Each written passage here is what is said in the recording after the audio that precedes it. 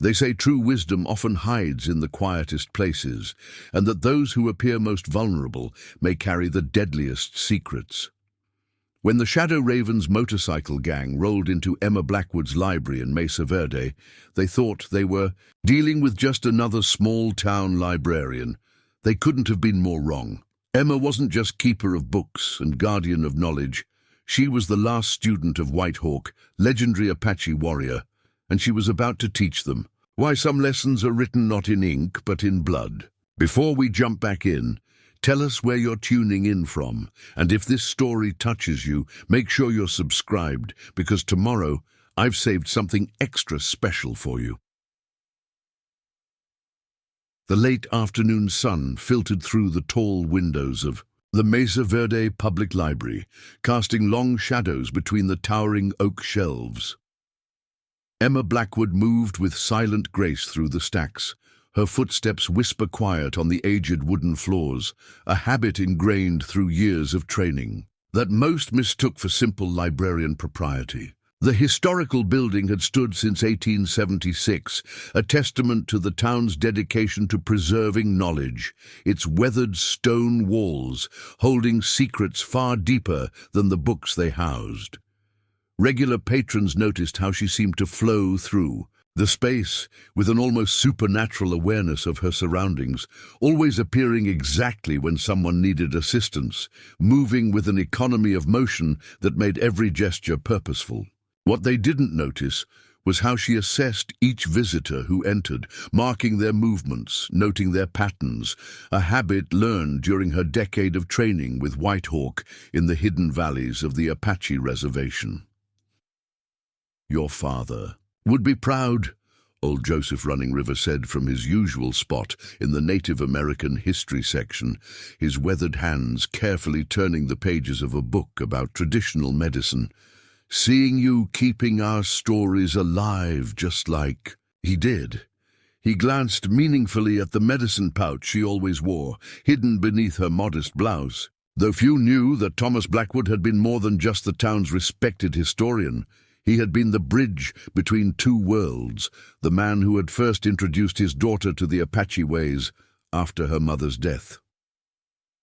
Emma smiled, adjusting. A photograph on the wall, her father and Whitehawk standing together outside the reservation's cultural center, both men radiating a quiet strength that seemed to transcend the paper it was printed on. Few people knew that before becoming Mesa Verde's head librarian, Emma had spent every summer, from age 12 to 22, living with Whitehawk's family, learning not just their traditions and stories, but their ancient combat arts, passed down through generations of warriors. "Whitehawk visited last week?" Joseph asked, though he already knew the answer. Her mentor had maintained the same pattern for years, appearing like a shadow at sunset on the first full moon of each season, continuing her training in the hidden canyon behind her property. "Only for the usual lessons," Emma replied, her hand unconsciously touching the eagle feather woven into her long black braid. "Unless the fence repair in the North Canyon takes longer than expected." The afternoon progressed with its familiar rhythm. Regular patrons mixed with tourists, drawn by the library's renowned collection of Southwest historical documents. Emma found comfort in the routine, cataloging new acquisitions, conducting research for doctoral students, sharing cultural insights with visitors fascinated by the Apache exhibits she had curated. Sheriff Maria Ortiz stopped by mid-afternoon, her casual demeanor masking the concern in her eyes. "Quiet day, Emma?" she asked, declining the offered cup of herbal tea. "As always."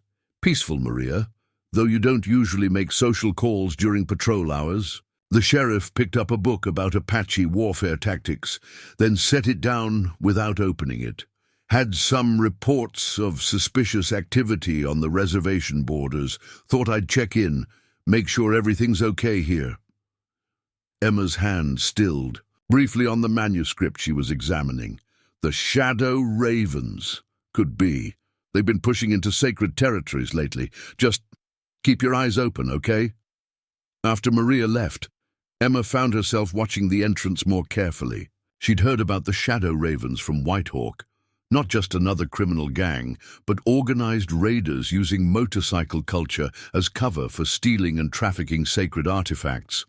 Her hand touched the obsidian knife concealed in her boot, the one Whitehawk had given her on the day she completed her initial training. Dan Cooper from the Town Historical Society joined her at the reference desk, helping to organize the new shipment of rare books, as he did every Tuesday afternoon. "Saw some bikes on Route 17, he said quietly. "Mean-looking bunch. Not the usual. Weekend riders.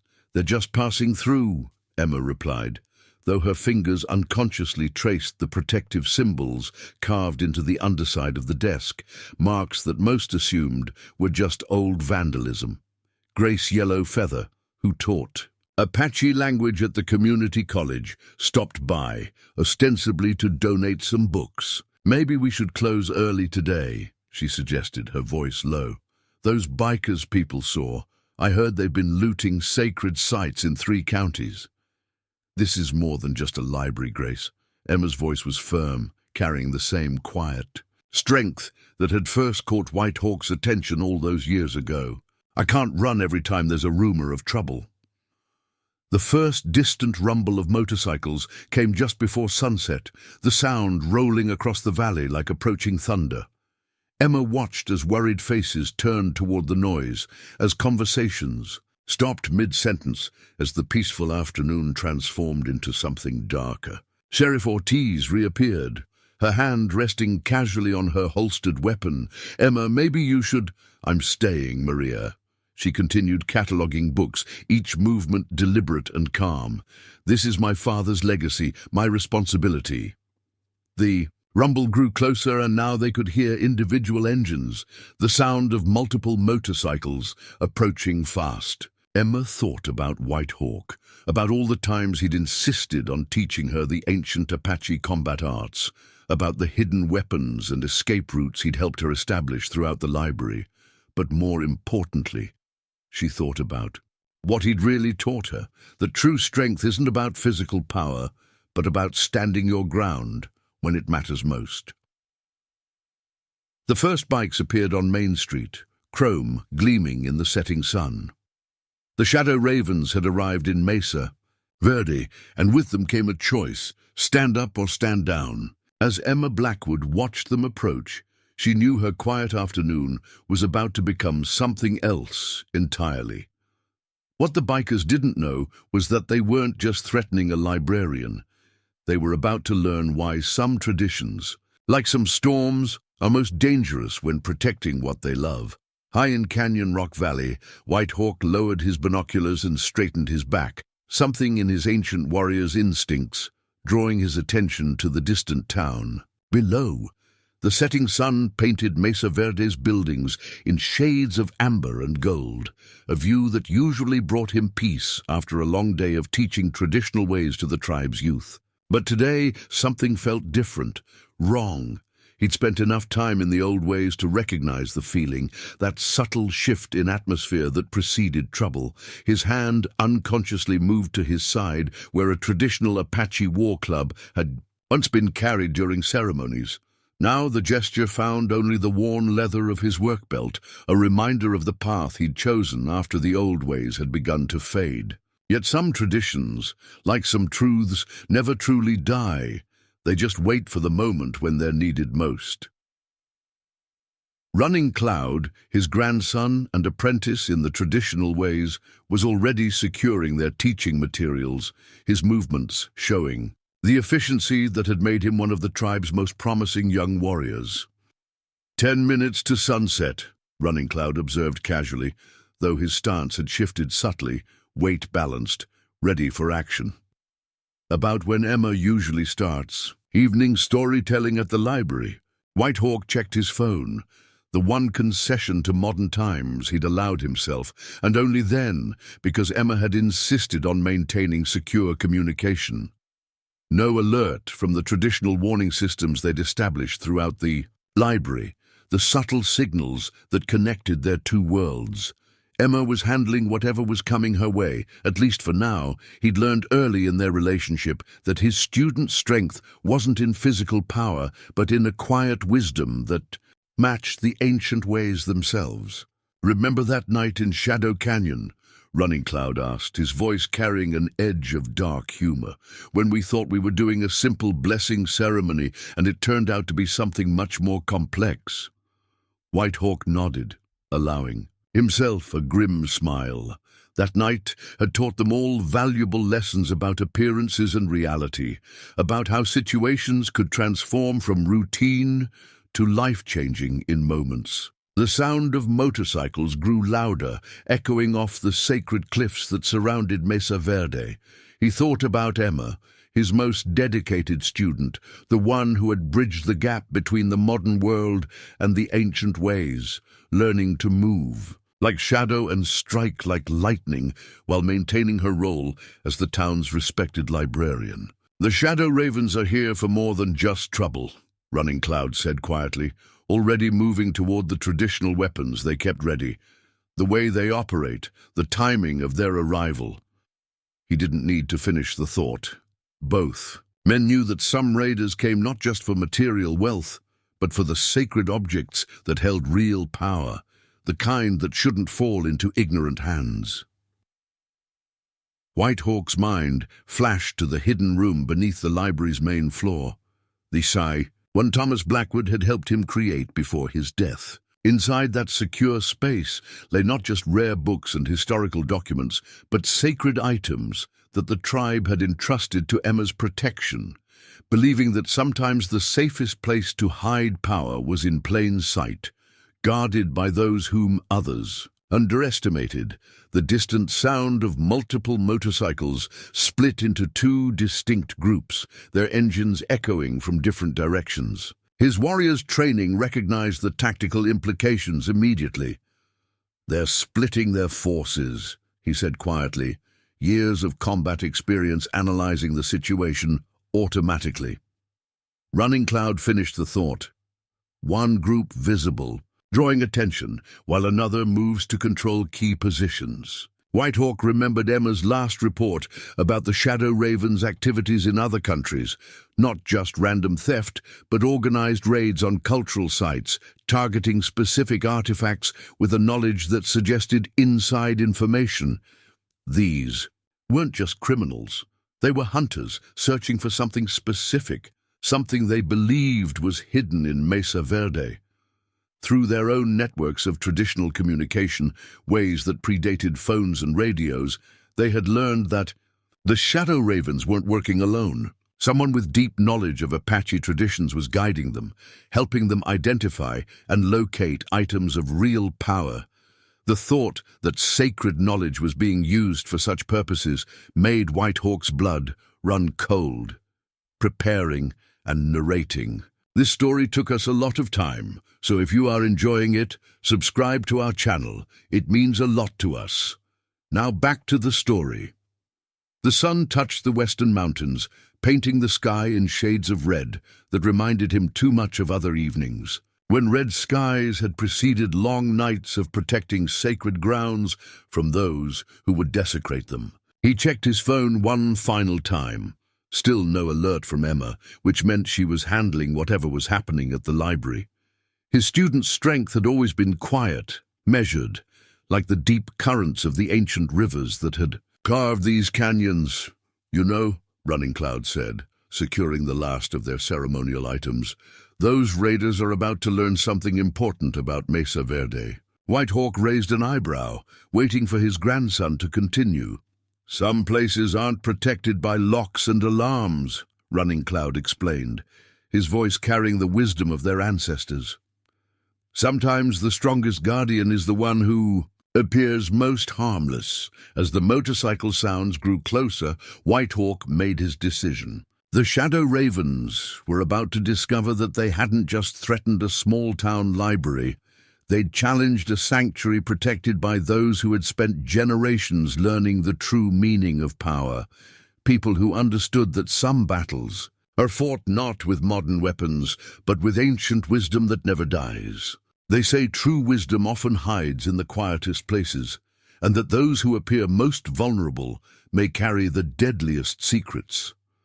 When the Shadow Ravens motorcycle gang rolled into Emma Blackwood's library in Mesa Verde, they thought they were dealing with just another small-town librarian. They couldn't have been more wrong. Emma wasn't just keeper of books and guardian of knowledge. She was the last student of Whitehawk, legendary Apache warrior, and she was about to teach them why some lessons are written not in ink, but in blood. The late afternoon sun filtered through the tall windows of the Mesa Verde Public Library, casting long shadows between the towering oak shelves. Emma Blackwood moved with silent grace through the stacks, her footsteps whisper quiet on the aged wooden floors, a habit ingrained through years of training that most mistook for simple librarian propriety. The historical building had stood since 1876, a testament to the town's dedication to preserving knowledge, its weathered stone walls holding secrets far deeper than the books they housed. Regular patrons noticed how she seemed to flow through the space with an almost supernatural awareness of her surroundings, always appearing exactly when someone needed assistance, moving with an economy of motion that made every gesture purposeful. What they didn't notice was how she assessed each visitor who entered, marking their movements, noting their patterns, a habit learned during her decade of training with Whitehawk in the hidden valleys of the Apache reservation. "Your father would be proud," old Joseph Running River said from his usual spot in the Native American history section, his weathered hands carefully turning the pages of a book about traditional medicine. "Seeing you keeping our stories alive, just like..." He did. He glanced meaningfully at the medicine pouch she always wore, hidden beneath her modest blouse. Though few knew that Thomas Blackwood had been more than just the town's respected historian, he had been the bridge between two worlds, the man who had first introduced his daughter to the Apache ways after her mother's death. Emma smiled, adjusting. A photograph on the wall, her father and Whitehawk standing together outside the reservation's cultural center, both men radiating a quiet strength that seemed to transcend the paper it was printed on. Few people knew that before becoming Mesa Verde's head librarian, Emma had spent every summer from age 12 to 22 living with Whitehawk's family, learning not just their traditions and stories, but their ancient combat arts, passed down through generations of warriors. "Whitehawk visited last week?" Joseph asked, though he already knew the answer. Her mentor had maintained the same pattern for years, appearing like a shadow at sunset on the first full moon of each season, continuing her training in the hidden canyon behind her property. "Only for the usual lessons," Emma replied, her hand unconsciously touching the eagle feather woven into her long black braid. "Unless the fence repair in the North Canyon takes longer than expected."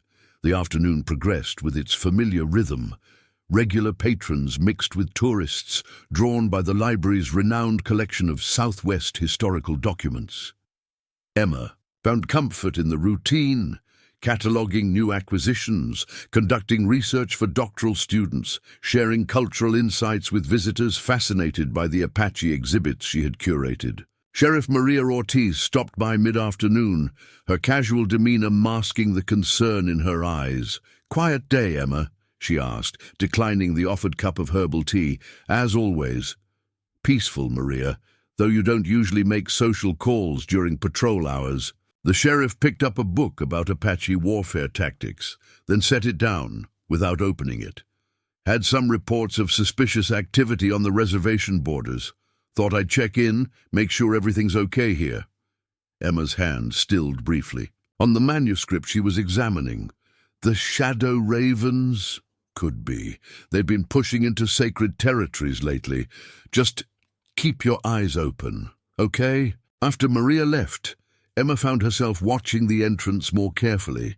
She'd heard about the Shadow Ravens from Whitehawk, not just another criminal gang, but organized raiders using motorcycle culture as cover for stealing and trafficking. Sacred artifacts, Her hand touched the obsidian knife concealed in her boot, the one White Hawk had given her on the day she completed her initial training.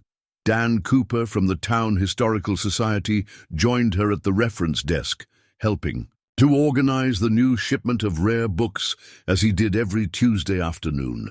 "Saw some bikes on Route 17, he said quietly. "Mean-looking bunch, not the usual weekend riders." "They're just passing through," Emma replied, though her fingers unconsciously traced the protective symbols carved into the underside of the desk. Marks that most assumed were just old vandalism. Grace Yellowfeather, who taught Apache language at the community college, stopped by, ostensibly to donate some books. "Maybe we should close early today," she suggested, her voice low. "Those bikers people saw. I heard they've been looting sacred sites in 3 counties. "This is more than just a library, Grace." Emma's voice was firm, carrying the same quiet strength that had first caught White Hawk's attention all those years ago. "I can't run every time there's a rumor of trouble." The first distant rumble of motorcycles came just before sunset, the sound rolling across the valley like approaching thunder. Emma watched as worried faces turned toward the noise, as conversations stopped mid-sentence, as the peaceful afternoon transformed into something darker. Sheriff Ortiz reappeared, her hand resting casually on her holstered weapon. "Emma, maybe you should—" "I'm staying, Maria," she continued, cataloguing books, each movement deliberate and calm. "This is my father's legacy, my responsibility." The rumble grew closer, and now they could hear individual engines, the sound of multiple motorcycles approaching fast. Emma thought about White Hawk, about all the times he'd insisted on teaching her the ancient Apache combat arts, about the hidden weapons and escape routes he'd helped her establish throughout the library. But more importantly, she thought about what he'd really taught her. That true strength isn't about physical power, but about standing your ground when it matters most. The first bikes appeared on Main Street, chrome gleaming in the setting sun.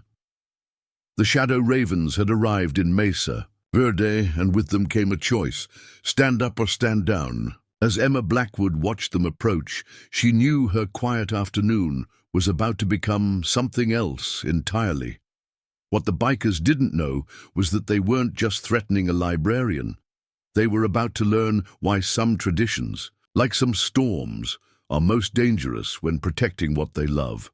High in Canyon Rock Valley, White Hawk lowered his binoculars and straightened his back, something in his ancient warrior's instincts drawing his attention to the distant town. Below, the setting sun painted Mesa Verde's buildings in shades of amber and gold, a view that usually brought him peace after a long day of teaching traditional ways to the tribe's youth. But today, something felt different, wrong.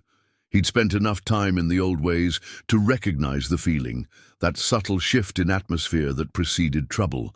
His hand unconsciously moved to his side, where a traditional Apache war club had once been carried during ceremonies. Now the gesture found only the worn leather of his work belt, a reminder of the path he'd chosen after the old ways had begun to fade. Yet some traditions, like some truths, never truly die. They just wait for the moment when they're needed most. Running Cloud, his grandson and apprentice in the traditional ways, was already securing their teaching materials, his movements showing the efficiency that had made him one of the tribe's most promising young warriors. 10 minutes to sunset, Running Cloud observed casually, though his stance had shifted subtly, weight balanced, ready for action. About when Emma usually starts. Evening storytelling at the library.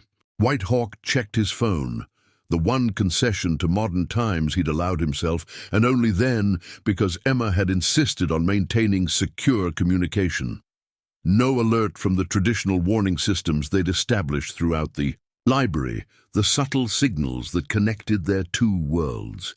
Emma was handling whatever was coming her way, at least for now.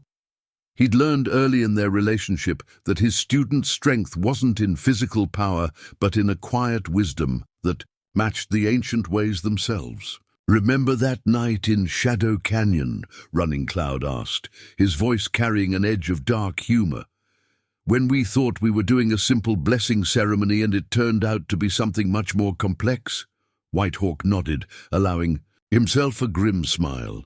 That night had taught them all valuable lessons about appearances and reality, about how situations could transform from routine to life-changing in moments. The sound of motorcycles grew louder, echoing off the sacred cliffs that surrounded Mesa Verde. He thought about Emma, his most dedicated student, the one who had bridged the gap between the modern world and the ancient ways, learning to move like shadow and strike like lightning, while maintaining her role as the town's respected librarian. "The Shadow Ravens are here for more than just trouble," Running Cloud said quietly, already moving toward the traditional weapons they kept ready. The way they operate, the timing of their arrival. He didn't need to finish the thought. Both men knew that some raiders came not just for material wealth, but for the sacred objects that held real power, the kind that shouldn't fall into ignorant hands. Whitehawk's mind flashed to the hidden room beneath the library's main floor, the one Thomas Blackwood had helped him create before his death. Inside that secure space lay not just rare books and historical documents, but sacred items that the tribe had entrusted to Emma's protection, believing that sometimes the safest place to hide power was in plain sight, guarded by those whom others underestimated. The distant sound of multiple motorcycles split into two distinct groups, their engines echoing from different directions. His warriors' training recognized the tactical implications immediately. "They're splitting their forces," he said quietly, years of combat experience analyzing the situation automatically. Running Cloud finished the thought. One group visible, drawing attention, while another moves to control key positions. Whitehawk remembered Emma's last report about the Shadow Ravens' activities in other countries. Not just random theft, but organized raids on cultural sites, targeting specific artifacts with a knowledge that suggested inside information. These weren't just criminals. They were hunters searching for something specific, something they believed was hidden in Mesa Verde. Through their own networks of traditional communication, ways that predated phones and radios, they had learned that the Shadow Ravens weren't working alone. Someone with deep knowledge of Apache traditions was guiding them, helping them identify and locate items of real power. The thought that sacred knowledge was being used for such purposes made Whitehawk's blood run cold.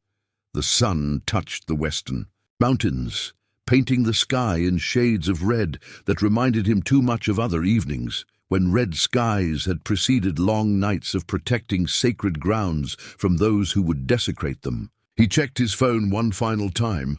Still no alert from Emma, which meant she was handling whatever was happening at the library. His student's strength had always been quiet, measured, like the deep currents of the ancient rivers that had carved these canyons. "You know," Running Cloud said, securing the last of their ceremonial items, "those raiders are about to learn something important about Mesa Verde." Whitehawk raised an eyebrow, waiting for his grandson to continue. "Some places aren't protected by locks and alarms," Running Cloud explained, his voice carrying the wisdom of their ancestors. "Sometimes the strongest guardian is the one who appears most harmless." As the motorcycle sounds grew closer, Whitehawk made his decision. The Shadow Ravens were about to discover that they hadn't just threatened a small-town library. They'd challenged a sanctuary protected by those who had spent generations learning the true meaning of power. People who understood that some battles are fought not with modern weapons, but with ancient wisdom that never dies. The Shadow Ravens' arrival brought an immediate change to the library's atmosphere. 12 motorcycles, their engines growling like predatory beasts, formed a deliberate line across the front of the historic building. Their leader, Marcus Shadow, and Delgado, cut an imposing figure as he dismounted. 6 feet of leather and muscle, with a face marked by ritual scars and eyes that held dangerous knowledge. Emma Blackwood continued organizing books behind the circulation desk, each movement measured and deliberate. She'd recognized their formation immediately, not the random parking of casual visitors, but the practiced positioning Whitehawk had taught her to watch for, the kind that controlled access points and established tactical advantage. "Well, well," Marcus announced, his voice carrying across the now silent library. "Ain't this just the most interesting collection?" His eyes roamed the space, taking in the rare book displays, the Native American art exhibits, and the nervous faces of the afternoon patrons. They lingered particularly on Emma, noting her calm demeanor with a predator's assessment. "Especially interesting," Marcus continued, moving toward the desk with practiced intimidation. "Name's Marcus. Most folks call me Shadow Hand." He placed both hands on the polished oak surface, leaning forward with calculated menace. "Word is, this library holds some special items, the kind that certain collectors would pay generously to acquire." Emma continued arranging reference materials with precise movements. "We don't sell our artifacts," she replied evenly, her voice carrying clearly despite its softness. "Mesa Verde protects its heritage." Marcus's smile didn't reach his eyes. "That's what the curators in Silver Creek said too. Now they provide us with regular donations." He picked up a delicate pottery shard from a nearby display case, letting it drop to shatter against the floor. "Oops!" Sheriff Ortiz emerged from the Southwest History section, her stance casual but ready. "Might want to pay for that, friend?" "Or what?" Marcus turned slowly, taking in Maria's uniform. "Are you going to stop us? You and what army?" "Maria," Emma said quietly. "I can handle this." She met Marcus's gaze directly. "That was a 300-year-old Pueblo artifact. The replacement value is $8,000. One of the bikers, a younger man with ritual scarification across his scalp, laughed sharply.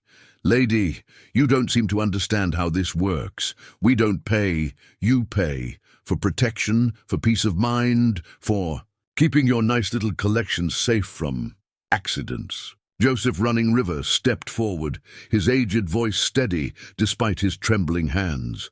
"We've never needed protection before." "Times change," Marcus replied, his attention still fixed on Emma. "World's getting dangerous. Libraries like this, they need friends, strong friends, friends who understand the real value of certain items." Emma's hand brushed against her medicine pouch, thinking of Whitehawk's teachings. "One warning. That's all you give those who threaten the sacred." But she wasn't ready for that yet. This was her father's legacy, her responsibility to protect. "Mesa Verde isn't Silver Creek," she said firmly. "We don't surrender our heritage." "Heritage," Marcus's voice carried mock respect. "We're just businessmen offering a service. Ain't that right, boys?" Around the library, his gang members had positioned themselves strategically, some examining the display cases with exaggerated interest, others simply standing, watching. Their presence was a clear threat, but Emma noticed something that others might miss. These weren't just ordinary thieves. Their movements, their awareness, the way they positioned themselves.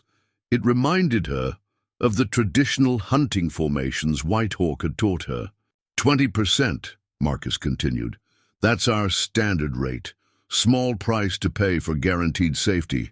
Plus, first access to any new acquisitions that might come your way." Sheriff Ortiz stepped closer. "That sounds an awful lot like extortion." "Sounds like business to me," Marcus countered, "unless you want to make it something else." His hand rested casually on his leather vest, where the outline of something heavy was visible. The library had gone completely silent. Regular patrons watched with barely concealed fear. Tourists pressed themselves against walls, trying to become invisible. This wasn't just about money or artifacts. It was about control, about breaking a community's spirit. "I'll give you time to think about it," Marcus said, his voice deceptively pleasant. Talk it over with your friends here, but don't take too long." His eyes swept the library's interior, lingering on particularly valuable displays. "Hate to see anything happen to such a nice collection." As the gang leader turned away, Emma noticed something that others might have missed. The scarification on his arms. They weren't random designs. They were ancient Apache symbols. The kind used in warrior ceremonies. These men weren't just raiders. They had knowledge they shouldn't possess. "You okay?" Maria asked quietly, after Marcus had moved to examine the rare manuscript room's entrance. "They're not just here for protection. Money," Emma replied, her voice low. "Look at how they're operating. This is about finding something specific." Maria nodded slightly. "Notice that too. Question is, what are they really after?" Emma watched as the Shadow Ravens members continued their slow tour of the library, each interaction calculated, each threat subtle but clear. They were mapping the building's layout, identifying security measures, and cataloging valuable items. But more than that, they were searching for something they believed was hidden here. Their leader's knowledge of Apache symbols suggested a deeper threat. Someone was guiding them, someone who understood the old ways, but had chosen to use that knowledge for darkness. Emma thought about the hidden room beneath the library, about the sacred items her father and Whitehawk had entrusted to her protection. There had to be another way to handle this without revealing those secrets. Marcus's voice carried across the library as he finished his inspection. "Think carefully about our offer, folks. We'll be back at sunset for your answer." His eyes found Emma again. Some offers only come once. The threat in his words was clear. This wasn't a negotiation, it was an ultimatum. As the Shadow Ravens mounted their bikes, the rumble of engines filling the afternoon air, Emma made her decision. She wouldn't alert Whitehawk, not yet. First, she would try to handle this her way, with the quiet strength that had sustained her through years of secret training. But as she watched the bikers ride away, she couldn't shake the feeling that this was just the beginning. The Shadow Ravens hadn't chosen Mesa Verde by chance. They were here for a reason, and whatever that reason was, it went far beyond simple extortion. The library slowly came back to life, but the atmosphere had changed. There was fear now, yes, but also something else, determination. Mesa Verde had faced threats before. They would face this one too, together. What the Shadow Ravens didn't understand was that some places, like some people, grow stronger under pressure. And Emma Blackwood had spent years learning that very lesson from a master who understood the true meaning of strength. In the wake of the Shadow Raven's departure, the library buzzed with nervous energy. Regular patrons gathered in small groups, voices low and worried. Sheriff Ortiz had taken up position near the entrance, her presence both reassurance and reminder that trouble would return. Emma began cleaning up the shattered pottery fragments, her movements precise and unhurried. Grace Yellowfeather knelt to help her, arthritis-stiffened fingers still nimble enough for the delicate task. "You're thinking about the hidden signs, aren't you?" Grace asked quietly. She was one of the few who knew the full truth about Emma's training, about the real reason Whitehawk had chosen her as his student. "Not yet," Emma replied, carefully placing the pottery fragments in a preservation box. "The sacred items are secure. This is our home, our problem." She glanced at the traditional masks lining the walls, each one holding stories deeper than their carved surfaces suggested. Dan Cooper joined them, his weathered face gravely. "These aren't like those artifact smugglers we caught last summer. Emma, the Shadow Ravens. Did you see their leaders' markings? Those weren't just gang tattoos." "Someone's helping them," Sheriff Ortiz interrupted, approaching their group. "Someone who knows our traditions, our sacred sites. The raid patterns in other countries weren't random. They're following some kind of map, targeting specific locations." Emma studied the intricate basket-weaving display near her desk, thinking about the generations of stories it represented. "What aren't you telling us, Maria? This isn't just about stolen artifacts, is it?" The sheriff glanced around before lowering her voice. "Got word from tribal police. The Shadow Ravens have been expanding their operations, but not randomly. They're targeting places with historical significance, places where sacred items were traditionally stored." "Significance to whom?" Grace asked, though her expression suggested she already suspected the answer. "To those who know the old ways," Maria continued. "Mesa Verde isn't just another target. We sit at the intersection of three ancient tribal territories. We've got the hidden canyon systems, the old ceremonial grounds, the perfect place to hide things that shouldn't be found," Emma concluded, her years of listening to Whitehawk's teachings about sacred geography coming into sharp focus. She thought about the gang's coordinated movements, their leaders' knowledge of traditional symbols. They're not just thieves, they're searching for something specific. A young couple approached the circulation desk, tourists trying to maintain their vacation spirit despite the tension. Emma helped them with practiced efficiency, but her mind was working through the implications of what Maria had said. The Shadow Ravens weren't just another criminal gang. They were being guided by someone who understood the deeper significance of their targets. "They'll be back at sunset," Dan said after the tourists left. "What are we going to do?" "We're going to prepare," Emma answered, her voice carrying the same quiet authority she used when conducting research seminars. "But first, we need to understand exactly what we're dealing with." She reached for her phone, but not to alert Whitehawk. Instead, she dialed a number she'd memorized years ago. After 2 rings, a familiar voice answered. "Michael Runningwolf? It's Emma Blackwood. Remember that conversation we had about Silver Creek? I need everything you know about what happened there, everything your sister told you." Michael Runningwolf, whose sister served on the Silver Creek Tribal Council, revealed a disturbing pattern over the next 10 minutes. "It wasn't just theft," Emma reported to the others after hanging up. "They targeted specific items, specific displays, things that held real power in the old ways." "Sacred objects," Grace suggested, though her tone indicated she suspected something deeper. "And maps," Maria confirmed grimly. "Ancient records showing the locations of ceremonial grounds, places where powerful items were traditionally kept hidden. But they need legitimate access to maintain their cover. That's why they're here." More patrons had gathered around the circulation desk, drawn by the discussion. The afternoon's fear was slowly transforming into something else. Determination. "My grandfather stood up to artifact thieves in '82, Joseph Running River spoke up. "Said giving in once means giving up forever." "These aren't just thieves, Joseph," Dan warned.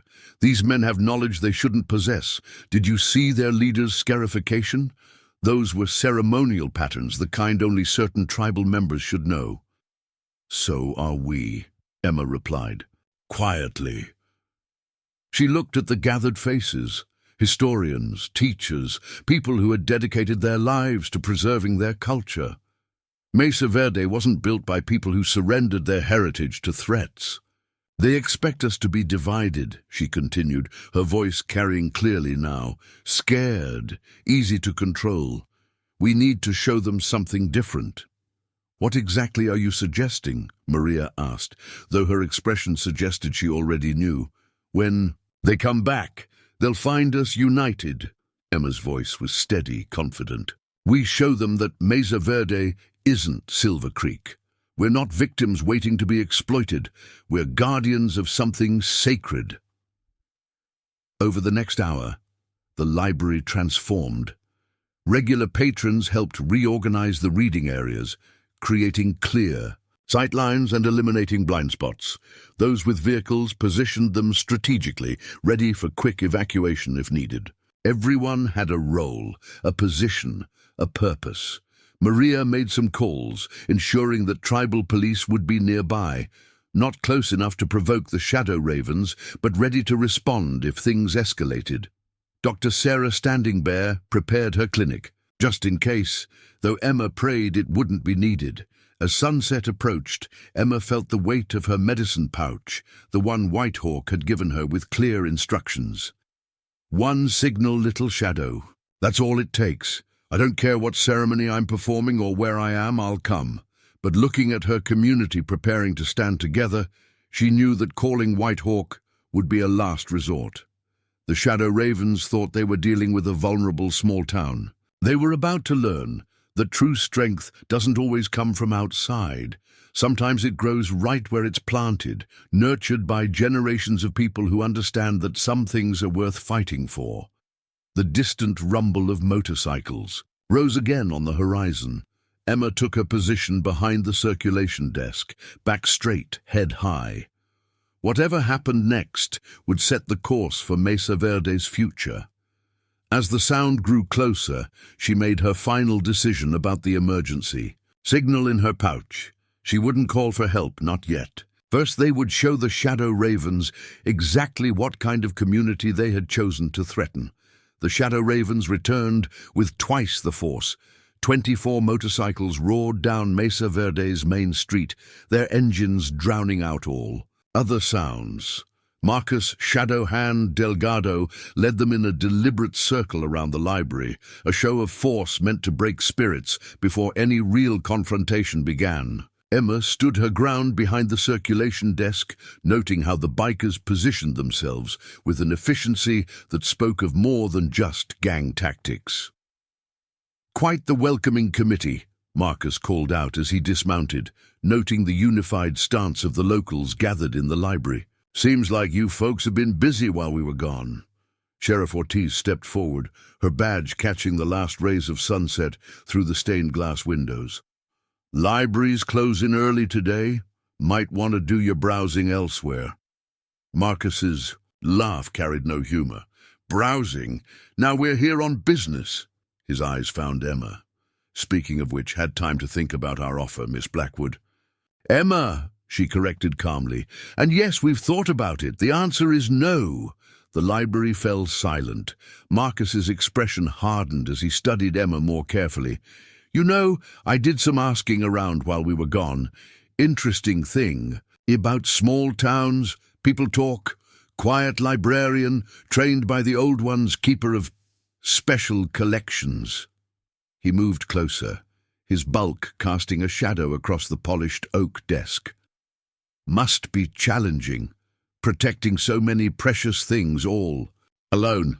"I manage just fine," Emma replied, noting how Marcus's men were slowly tightening their perimeter around the library's interior. Their movements were coordinated, professional, nothing like ordinary gang members. "See, that's not how this works." Marcus moved closer, his voice dropping to a dangerous whisper. "You don't get to say no. Nobody gets to say no. That's the whole point. There's always a choice," Emma stated firmly, one hand resting on the ancient ledger she used to track special collections. "Like the choice you gave Silver Creek," Maria interrupted. "Before you started looting their sacred sites? Before people who resisted started disappearing?" Marcus's head snapped toward the sheriff, something dangerous flickering in his eyes. "Careful, law woman. Accusations like that could be dangerous for a small town's health." "They're not accusations if they're true," Emma said quietly. "We know what you really want. Mesa Verde's location, its historical collections, its connection to the old ways. Perfect for finding what you're really searching for." For a moment, Marcus's practiced intimidation slipped, revealing something colder underneath. "Lady, you have no idea what you're dealing with, or what powers you're guarding." "Actually," Emma met his gaze steadily, "I think we do. Those marks on your arms, they're not just decoration. Someone's taught you the old symbols, the sacred patterns. This isn't just about theft. You're hunting for something specific." Marcus's hand moved toward his vest, But Maria's voice cut through the tension. Wouldn't do that. Tribal police are 3 minutes out, plus every person here is recording this. Sure you want that kind of attention? The Shadow Raven's leader surveyed the room, noting the phones pointed his way. His expression shifted to something more calculating. Okay, let's try this another way. He gestured to his men, who began moving with practiced coordination. Suddenly, display cases were being smashed, rare books thrown to the floor, ancient artifacts scattered. It happened so fast, so efficiently, that no one could stop it. This wasn't random vandalism. It was coordinated destruction targeting specific areas of the collection. See, here's the thing about libraries, Marcus continued calmly as chaos erupted around them. They survive on public funding, donations. One bad incident can break their budget. How long can you maintain your special collections without resources?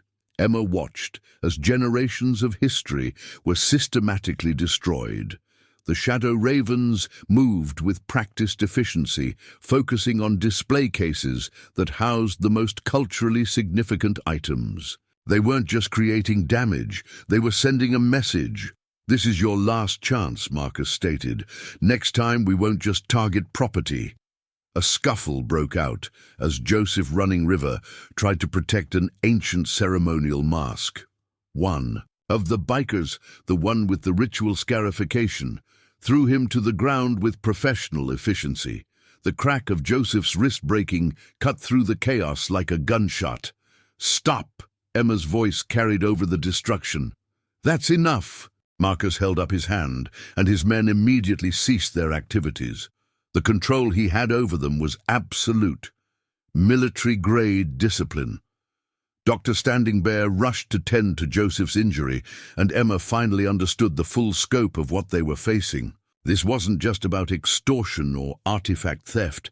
The Shadow Ravens were a well-organized force, using gang intimidation as cover for something much darker. You have until morning, Marcus announced to the shocked crowd.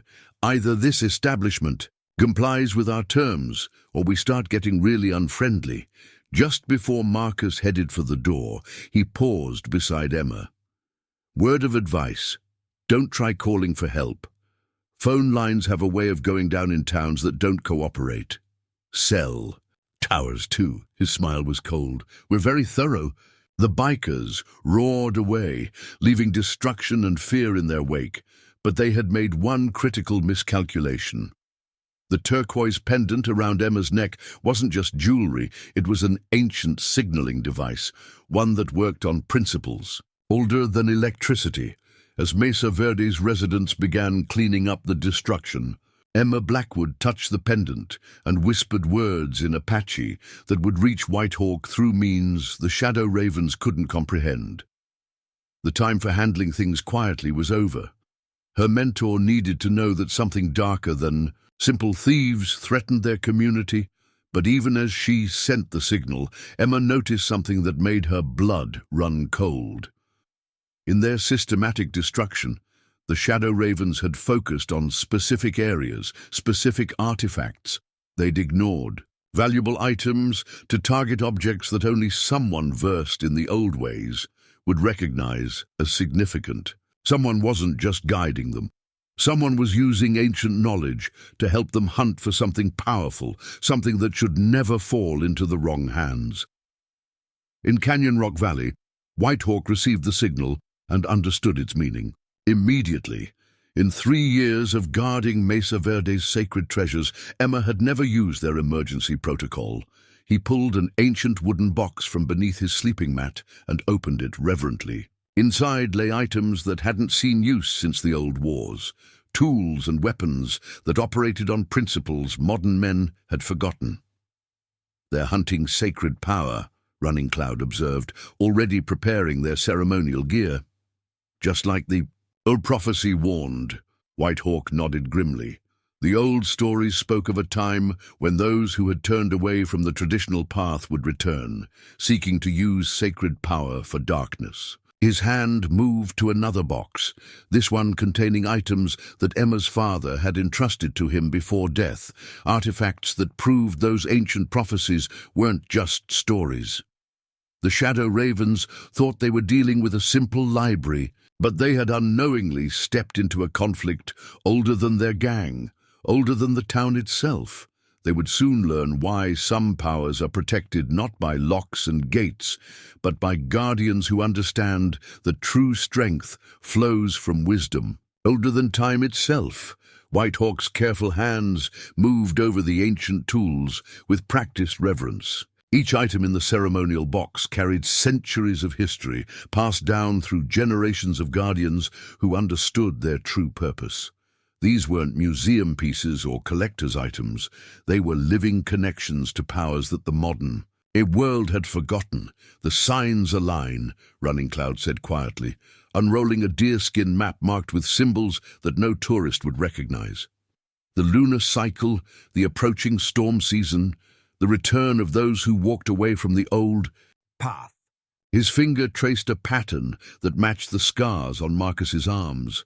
They're not just looking for any sacred items. They're following the path of shadow warriors. Whitehawk's expression darkened. The shadow warriors were more than just legend. They were a cautionary tale about power corrupted, about sacred knowledge turned to darkness. "Show me what you found in the old records," he instructed his grandson. Running Cloud retrieved a bundle of papers from their secure archive, correspondence between tribal elders dating back decades, each describing similar patterns. "It happens every generation," he explained. "Someone rediscovers the old dark ways, thinking they can control powers they don't understand. But this time it's different. These raiders aren't just stealing artifacts, they're following a plan. Look at their raid locations." He spread out a modern map, marked with the Shadow Ravens' known attacks. When overlaid with the ancient deerskin map, a chilling pattern emerged. Each target corresponded to a site of power mentioned in the old prophecies. "They're collecting pieces," Whitehawk realized, recognizing the geometric pattern formed by the raid locations. Each sacred item they steal is part of something bigger, something that should have remained buried in the past. At the library, Emma was making similar discoveries. As she helped clean up the destruction, she noticed that the Shadow Ravens' attack hadn't been random.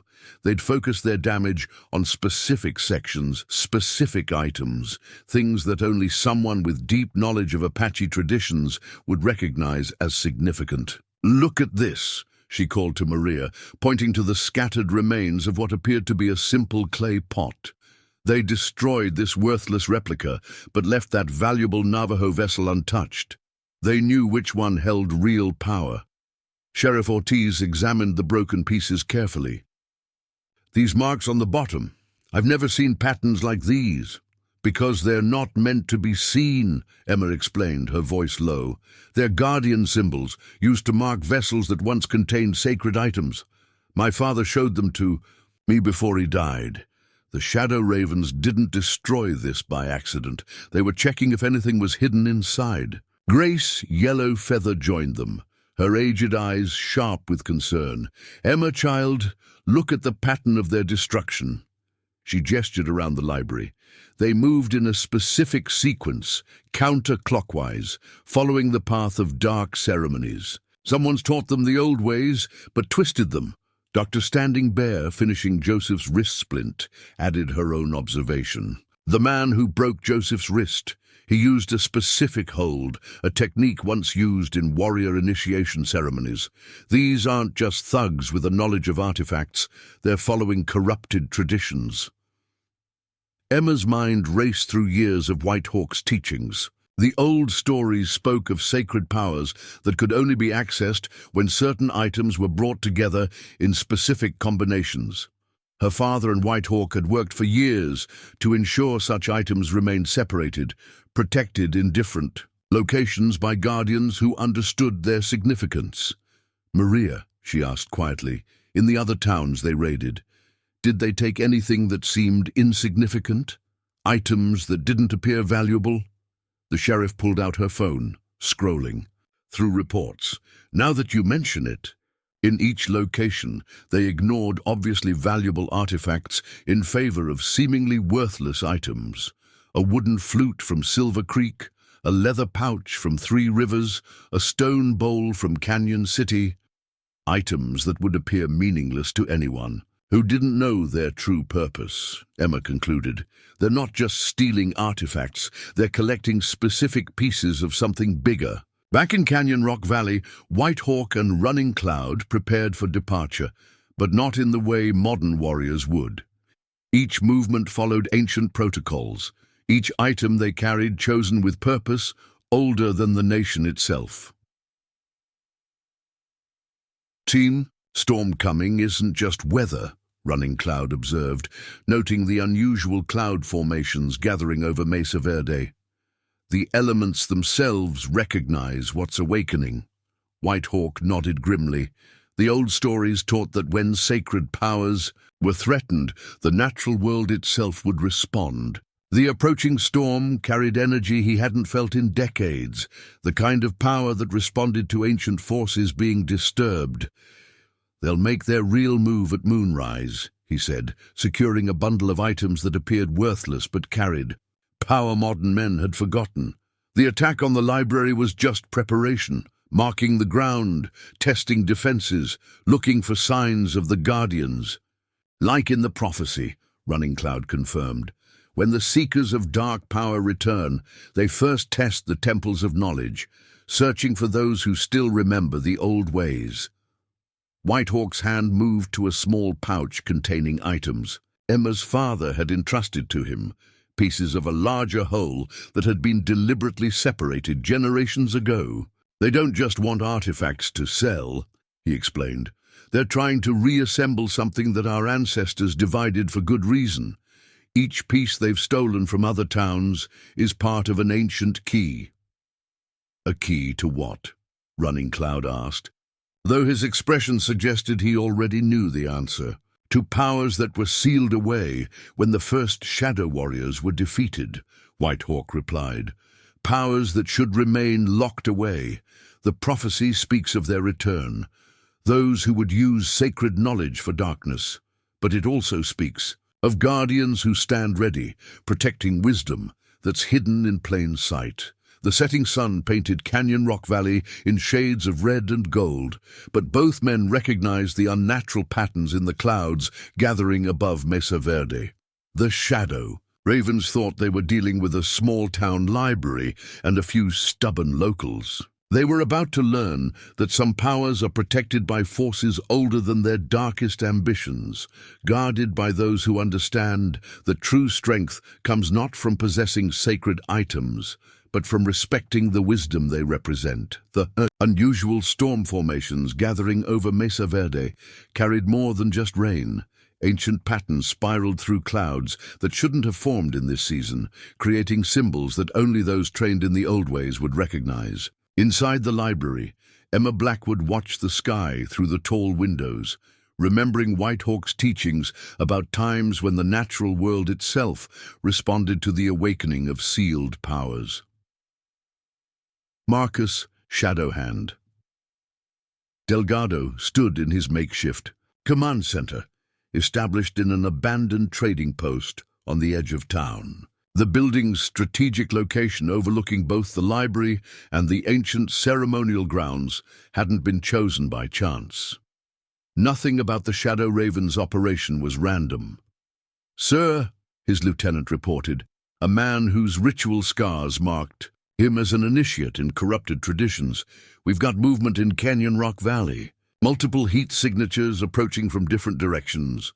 Professional spacing, traditional formation." Marcus studied the thermal imaging feeds, his military training amplified by darker knowledge, recognizing the implications immediately. "They're not just locals," he observed, watching the coordinated movement patterns. "These are guardians responding to a threat against sacred power." Through their high-end surveillance equipment, they watched more figures converging on White Hawk's position, moving in patterns that spoke of ancient training rather than modern military tactics. Marcus touched the scars on his arms. Symbols, stolen from sacred teachings, their power corrupted by his twisted ambitions. "Run another scan of the library's foundation," he ordered. "Focus on the old construction, the original stonework. The items we seek weren't just hidden, they were sealed into the building itself." His intelligence officer, a former archaeologist, who had turned from preserving history to exploiting it, was already analyzing ground-penetrating radar data on a specialized computer. "Sir, look at these patterns in the basement walls.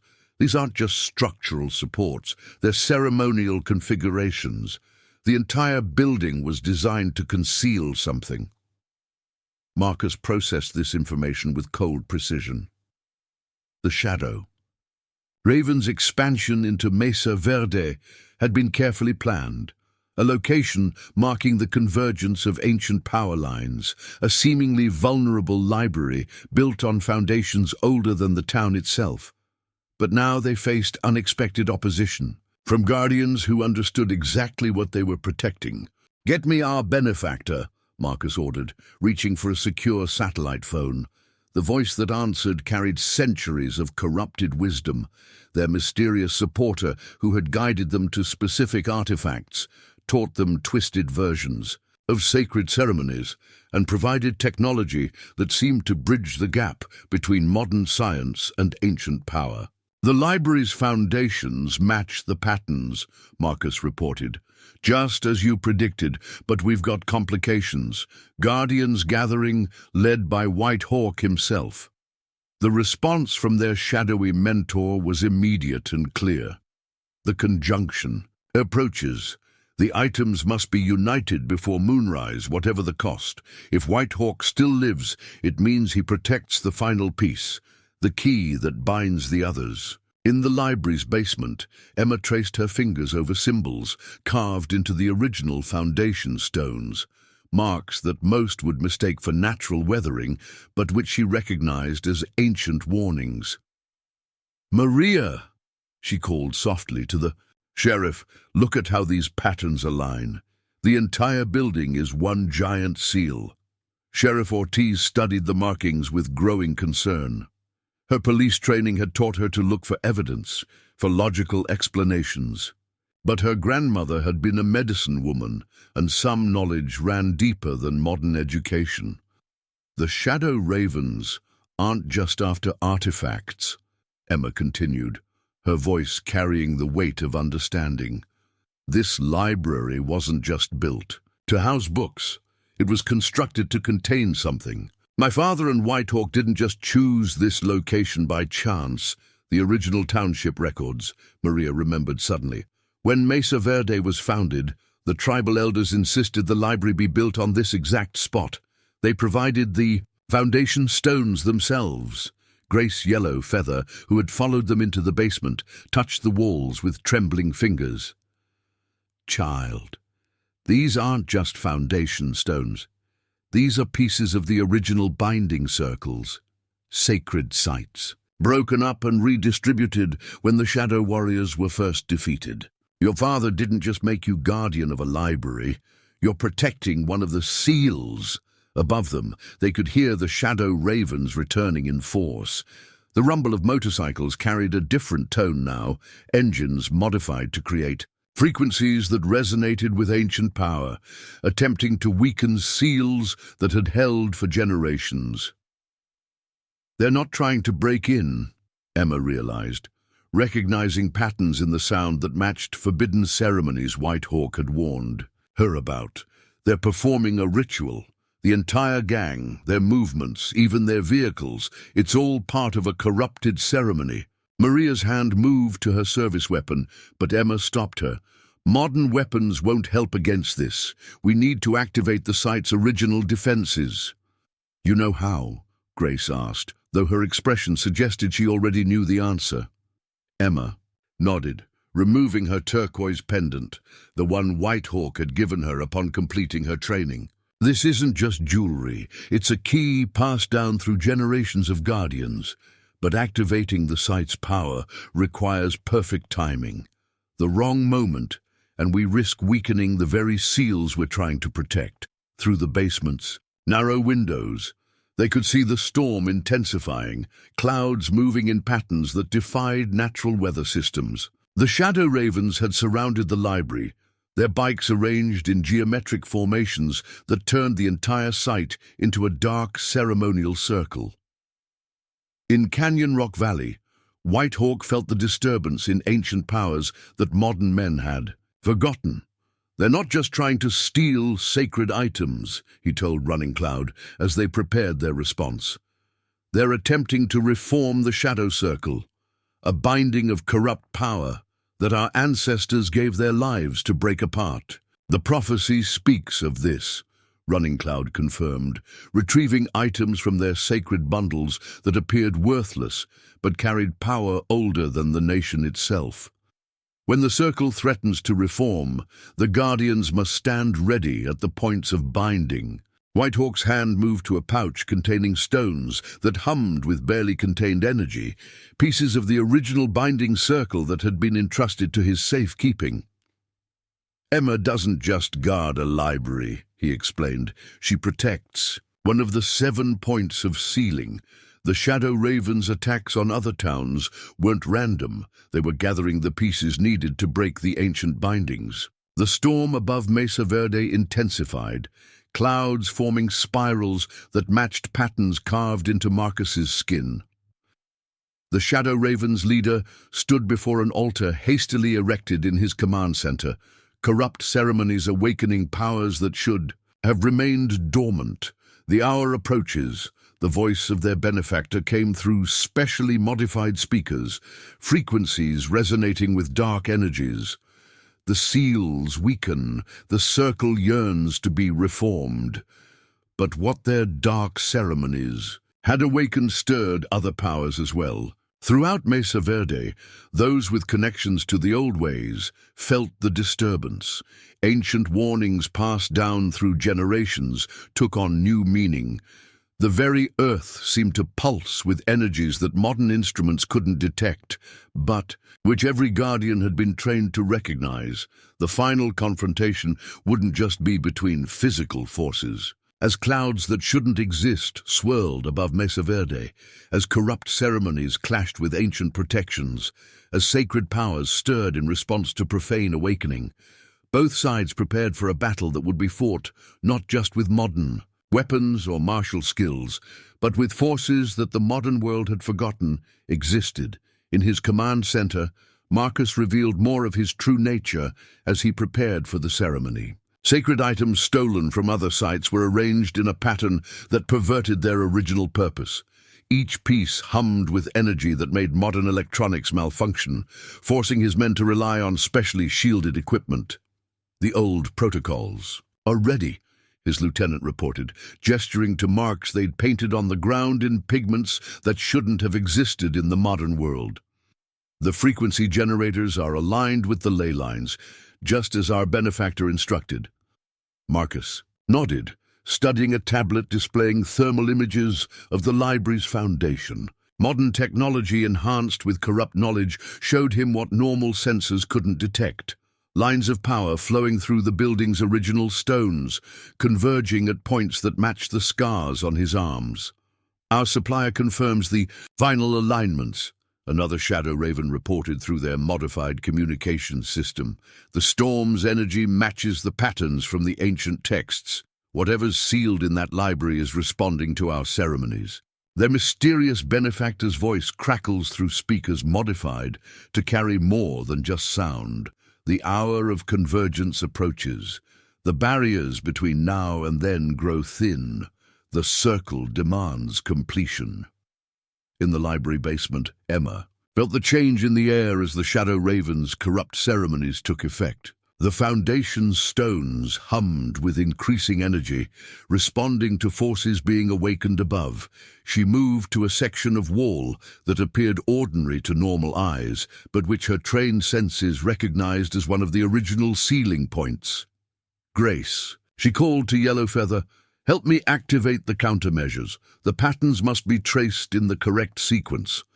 The elderly woman nodded, her arthritis-gnarled fingers moving with surprising grace as she helped Emma reveal symbols hidden beneath decades of paint. Together, they began a ceremony older than the building itself, not to summon power, but to maintain the seals that kept certain forces safely contained. Sheriff Ortiz watched with growing understanding as the basement transformed. Spaces that had seemed cramped and ordinary took on new significance as ancient symbols began to glow with a light that had nothing to do with electricity. "Those reports from the other towns," she said quietly. "The ones about strange lights, unusual weather, patterns. They weren't just stealing artifacts," Emma confirmed, her hands moving in patterns Whitehawk had spent years teaching her. "They were breaking seals, gathering pieces of something our ancestors divided for good reason. Each library they raided was built on a point of power. This one holds the keystone, the piece that binds all others."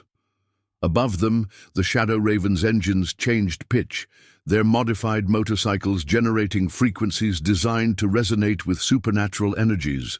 The entire building seemed to pulse in response, decades of carefully maintained seals being tested by corrupted ceremonies. Dr. Standing Bear, who had insisted on staying to help protect the library's secrets, touched the walls with sensitive fingers. "The original foundation," she observed. "These stones were taken from 7 sacred sites. When Mesa Verde was founded, the elders didn't just build a library. They created a binding point, using modern architecture to hide ancient protections. Through the basement's windows, they could see the Shadow Ravens arranging their bikes, in patterns that turned the library's parking lot into a dark mirror of sacred circles. Each machine had been modified not just with modern technology, but with stolen knowledge, their very frames inscribed with symbols that shouldn't have been revealed to outsiders. "They're creating a resonance pattern," Emma explained, recognizing ceremonies that Whitehawk had warned her about, using mechanical vibrations to amplify corrupted rituals. "The storm above isn't just weather, it's responding to their attempts to break the seals." In Canyon Rock Valley, Whitehawk and his followers felt the disturbance as a physical pressure. Sacred items in their care reacted to the Shadow Raven ceremonies, ancient powers stirring in response to profane awakening. "They're not just trying to steal power," Running Cloud observed, watching storm clouds move in patterns that matched prophecies written generations ago. "They're attempting to reverse the Great Binding, to unleash forces that were sealed away when the first Shadow Warriors fell to darkness." Whitehawk nodded grimly, retrieving items from their sacred bundles that would be needed in the coming confrontation.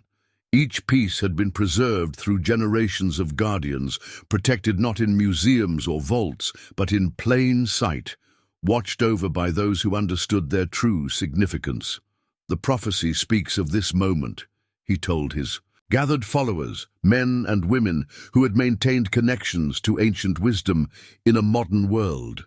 "When the sacred circle threatens to reform, when stolen knowledge serves dark ambition, the guardians must stand ready, not just with physical strength, but with understanding older than time." The storm intensified, clouds spiraling in patterns that matched symbols carved into the library's foundation stones. Throughout Mesa Verde, those with connections to the old ways felt the growing pressure of power awakening. Dogs howled at frequencies human ears couldn't detect. Children cried, without knowing why. The very air seemed charged with energies that modern instruments couldn't measure, but which every guardian had been trained to recognize. In his command center, Marcus began the final preparations for a ceremony that would attempt to shatter seals maintained for generations. But as his corrupted rituals awakened ancient powers, he failed to understand one crucial truth. Some forces aren't meant to be controlled, only respected. The Storm Ravens were about to learn why true guardians protect sacred knowledge not through force or dominance, but through wisdom passed down by those who understood the price of power misused.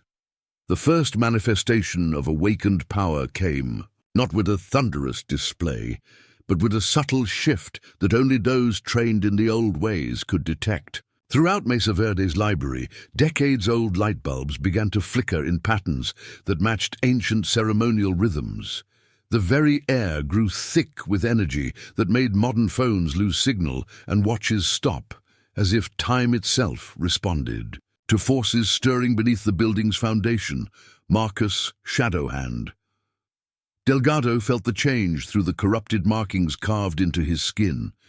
Each scar burned with dark energy as the stolen ceremonies began to take effect. In his command center, modified equipment registered disturbances that shouldn't have been possible. Readings that suggested the barrier between present and past, between physical and spiritual, was growing dangerously thin. The convergence approaches. His mysterious benefactor's voice crackled through specially shielded speakers. The seals weaken. Begin the primary incantation. Around the library, Shadow Raven's members took positions that transformed their motorcycles from mere vehicles into points of supernatural resonance. Each bike had been modified, not just with mechanical upgrades, but with symbols and materials that bridged the gap between technology and ancient power. Energy readings are off the scale, his lieutenant reported, watching specialized instruments that combined modern sensors with corrupted artifacts. The library's foundation, it's responding to our ceremonies. Whatever's sealed down there, it's waking up. In the basement, Emma felt the change, as a pressure behind her eyes, a sensation Whitehawk had trained her to recognize as the stirring of sealed powers. The turquoise pendant around her neck grew warm, responding to energies that modern science couldn't explain. They're not just trying to break in physically, she told Maria and Grace as they worked to reinforce the ancient protections. They're attempting to tear open the barriers our ancestors created. Each motorcycle, each corrupted ceremony, they're creating a web of dark energy that amplifies their power. Sheriff Ortiz watched as symbols hidden in the foundation stones began to emit a soft blue light, the color of natural turquoise, of sky reflected in sacred springs. The whole building, she realized, it's not just built on a power point. It's constructed to be a focusing lens. A lens that works both ways, Grace Yellowfeather added, her aged hands moving through gestures passed down through generations of medicine women. The same architecture that helps contain sealed power can be used to channel it if someone knows the right ceremonies. Above them, the Shadow Raven's engines changed pitch again, their modified exhausts producing frequencies that made the air itself vibrate in unnatural patterns. The sound wasn't just noise, it was an attempt to match the resonant frequency of ancient seals, to shatter spiritual barriers through technological means. Emma moved to a section of wall where the original foundation stones were exposed. Symbols that had been carefully hidden beneath modern construction began to pulse with their own inner light, responding to the Shadow Raven's corrupt ceremonies with power of their own. The containment patterns are still holding, she observed, touching marks that felt warm beneath her fingers. But they're using knowledge they shouldn't have, combining modern technology with stolen ceremonies in ways our ancestors never anticipated. Through the basement windows, they could see the storm intensifying. Clouds moved in spirals that defied natural weather patterns, forming shapes that matched symbols carved into the library's cornerstone. Lightning flickered in colors that shouldn't have existed, as if the sky itself reflected the clash between sacred and profane powers. In Canyon Rock Valley, Whitehawk led his followers through preparations older than the nation itself. Sacred items were arranged in patterns that would help channel and direct natural energies. Each guardian carried objects that appeared mundane to modern eyes, but held significance deeper than mere physical form. The storm responds to their corruption, Running Cloud observed, watching lightning dance between clouds in patterns that matched ancient warnings. Each ceremony they perform tears further at the veils our ancestors established. Whitehawk nodded grimly, retrieving a bundle wrapped in leather that hummed with contained power. They think technology can control forces they barely understand. They're machines, they're modified weapons. They're trying to dominate powers that should only be respected. Throughout Mesa Verde, those sensitive to the old ways felt the growing disturbance. Animals behaved strangely, responding to energies their instincts recognized but human senses had forgotten. Children drew pictures of symbols they shouldn't have known, their innocent minds picking up echoes of awakening power. In his command center, Marcus initiated the next phase of their corrupt ceremony. Sacred items stolen from other sites were arranged in patterns that turned their protective powers into tools of destruction. Each artifact hummed with energy that made nearby electronics spark and fail. The barriers thin. His benefactor's voice came through speakers modified to carry more than just sound.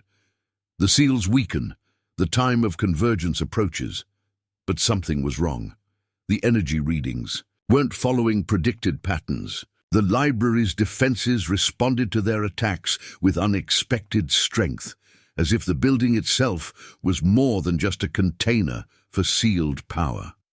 "Sir," his lieutenant called, with urgency in his voice. "These readings, the Foundation isn't just affecting our equipment. It's responding to our ceremonies, but not like the other sites. It's adapting." Marcus studied displays showing energy patterns that defied normal physics. The library's original stones weren't just blocking their attempts to break the seals. They were actively channeling and redirecting the corrupt power, using the Shadow Raven's own ceremonies against them. "The Guardian," he realized, understanding dawning in his scared eyes. "She's not just protecting the building, she's working with it, using knowledge we don't have access to." In the basement, Emma felt the shift as the Shadow Raven's ceremonies reached full strength. The air itself seemed to thicken with competing energies, dark power from their corrupt rituals clashing with the pure force contained in the Foundation stones. "Grace," she called to Yellowfeather, "help me complete the binding circle. We need to channel this energy before it tears open the seals." The elderly woman nodded, her movement sure despite her age, as she helped Emma trace patterns on the basement floor, symbols that would help direct and control the growing supernatural forces. "The whole building," Maria observed, watching as lines of blue light spread through the foundation stones, connecting ancient symbols in patterns that pulsed with inner power. "It's not just responding to their attacks, it's awakening." Emma nodded, her hands moving through gestures Whitehawk had spent years teaching her. The library wasn't just built to contain power, it was designed to protect it. Each stone, each architectural feature. Our ancestors created a structure that could adapt to threats they knew would eventually come. Above them, the Shadow Raven's corrupted ceremonies reached a crescendo. Their modified motorcycles generated frequencies that made reality itself seem to waver, like heat ripples on summer pavement. The storm responded with lightning that struck in geometric patterns, forming symbols of power in the charged air above Mesa Verde. But as Marcus prepared to initiate the final phase of their ceremony, as stolen knowledge and corrupted power reached its peak, he failed to understand what the Guardians had known for generations. True power doesn't come from dominance or control, but from harmony with forces older than time itself. The Shadow Ravens were about to learn why some knowledge is protected not through force or technical sophistication, but through wisdom passed down by those who understand that real strength flows from respect for powers greater than themselves. In the command center, Marcus felt the first indication that their carefully planned ceremony was taking an unexpected turn. The sacred items they'd stolen, arranged in corrupted patterns around their base, began to resonate at frequencies that didn't match their calculations. Each artifact pulsed with energy that seemed to resist their attempts to channel it. "Something's interfering with the convergence," his technician reported, watching as specialized equipment displayed readings that shouldn't have been possible. The energy patterns, they're shifting, realigning themselves. It's like the power we're trying to channel has a will of its own. Through their modified surveillance systems, they watched as unusual phenomena began manifesting around the library. The air itself seemed to ripple with visible waves of force, like heat mirages that formed symbols matching those carved into the building's foundation stones. "Our benefactor warned us about this," Marcus said, studying displays that showed energy. Patterns spreading through the ground beneath Mesa Verde. The library's defenses aren't just passive barriers. They're part of a living system designed to adapt and respond to threats. His lieutenant, monitoring sensors that combined modern technology with corrupted artifacts, noticed something else. "Sir, look at these readings from the basement level. The energy signatures, they're forming patterns we've never seen before. It's as if the building itself is awakening," Marcus finished, understanding dawning in his eyes. "The Guardian isn't just protecting the seals. She's working with them, using knowledge that goes deeper than our stolen ceremonies." In the library basement, Emma felt the change as a physical sensation, a warmth that spread from her turquoise pendant through her entire body. The foundation stones hummed with increasing power, responding not just to the Shadow Raven's attacks, but to her own connection with the building's ancient protections. "The patterns are shifting," Grace observed, watching as lines of blue light traced themselves through the original stonework. "The building isn't just defending itself, it's remembering." Sheriff Ortiz, her modern law enforcement training, struggling to process what she was witnessing, saw it too. "Remembering what?" "Its true purpose," Emma explained, her hands moving through gestures that seemed to guide the spreading light. This library wasn't just built to contain power. It was designed to be a living guardian. Each stone, each architectural feature was chosen and placed with intention. Our ancestors created something that could learn, adapt, and grow stronger with each generation of protectors. Above them, the Shadow Raven's corrupt ceremonies reached new intensity. Their modified motorcycles generated frequencies that made the air itself vibrate with dark energy, attempting to crack open seals maintained for generations. The storm responded with lightning that formed impossible patterns, as if the sky itself participated in the clash between sacred and profane power. But something unexpected was happening. Each time their corrupted ceremonies pushed against the library's defenses, the building seemed to absorb and transform the energy. The blue light flowing through the foundation stones grew stronger, spreading through the structure in patterns that matched ancient prophecies about awakened guardians. "The whole building," Maria whispered, watching as architectural features they'd passed by 1,000 times revealed new significance. Every detail, every seemingly decorative element, they all serve a purpose in the defense. Emma nodded, remembering lessons Whitehawk had spent years teaching her. The carvings around the windows that everyone thinks are just artistic touches. They're focusing lenses for natural energy. The spiral pattern in the main floor's woodwork, a channeling system for power that flows through the earth itself. Even the angle of the roof was calculated to help gather and direct natural forces. Through the basement windows, they could see the Shadow Raven's frustrated attempts to breach these awakening defenses.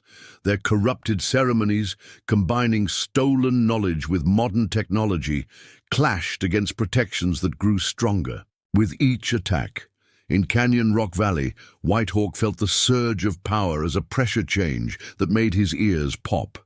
Sacred items in their care responded to the library's awakening, humming with sympathetic energy that made the air itself feel charged with potential. "The prophecy speaks of this," Running Cloud said, watching as the storm above Mesa Verde formed patterns that hadn't been seen in generations. "When darkness thinks it has learned to control sacred power, the true guardians will reveal themselves. not as warriors or weapons, but as channels for forces that can never truly be contained, only respected. Whitehawk nodded, understanding flowing through him like the energy now visibly coursing through Mesa Verde's ground. They thought they could dominate these powers through force and clever machinery, but true strength doesn't come from control.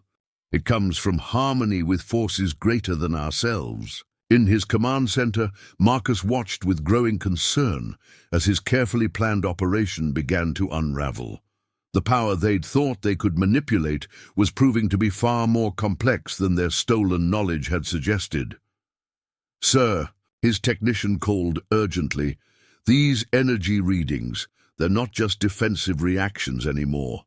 The library, it's beginning to pulse with its own power.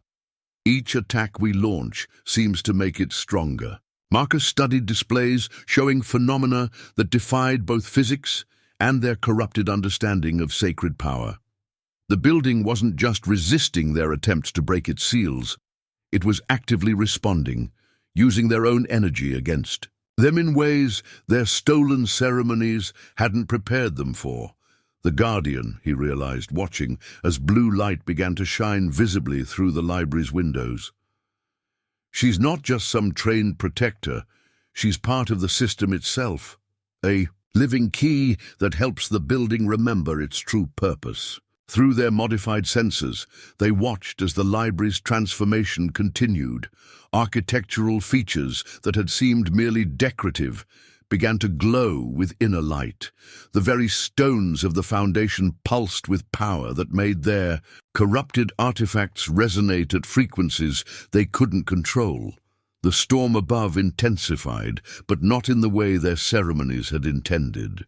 Lightning formed patterns that matched symbols carved into the library's cornerstone.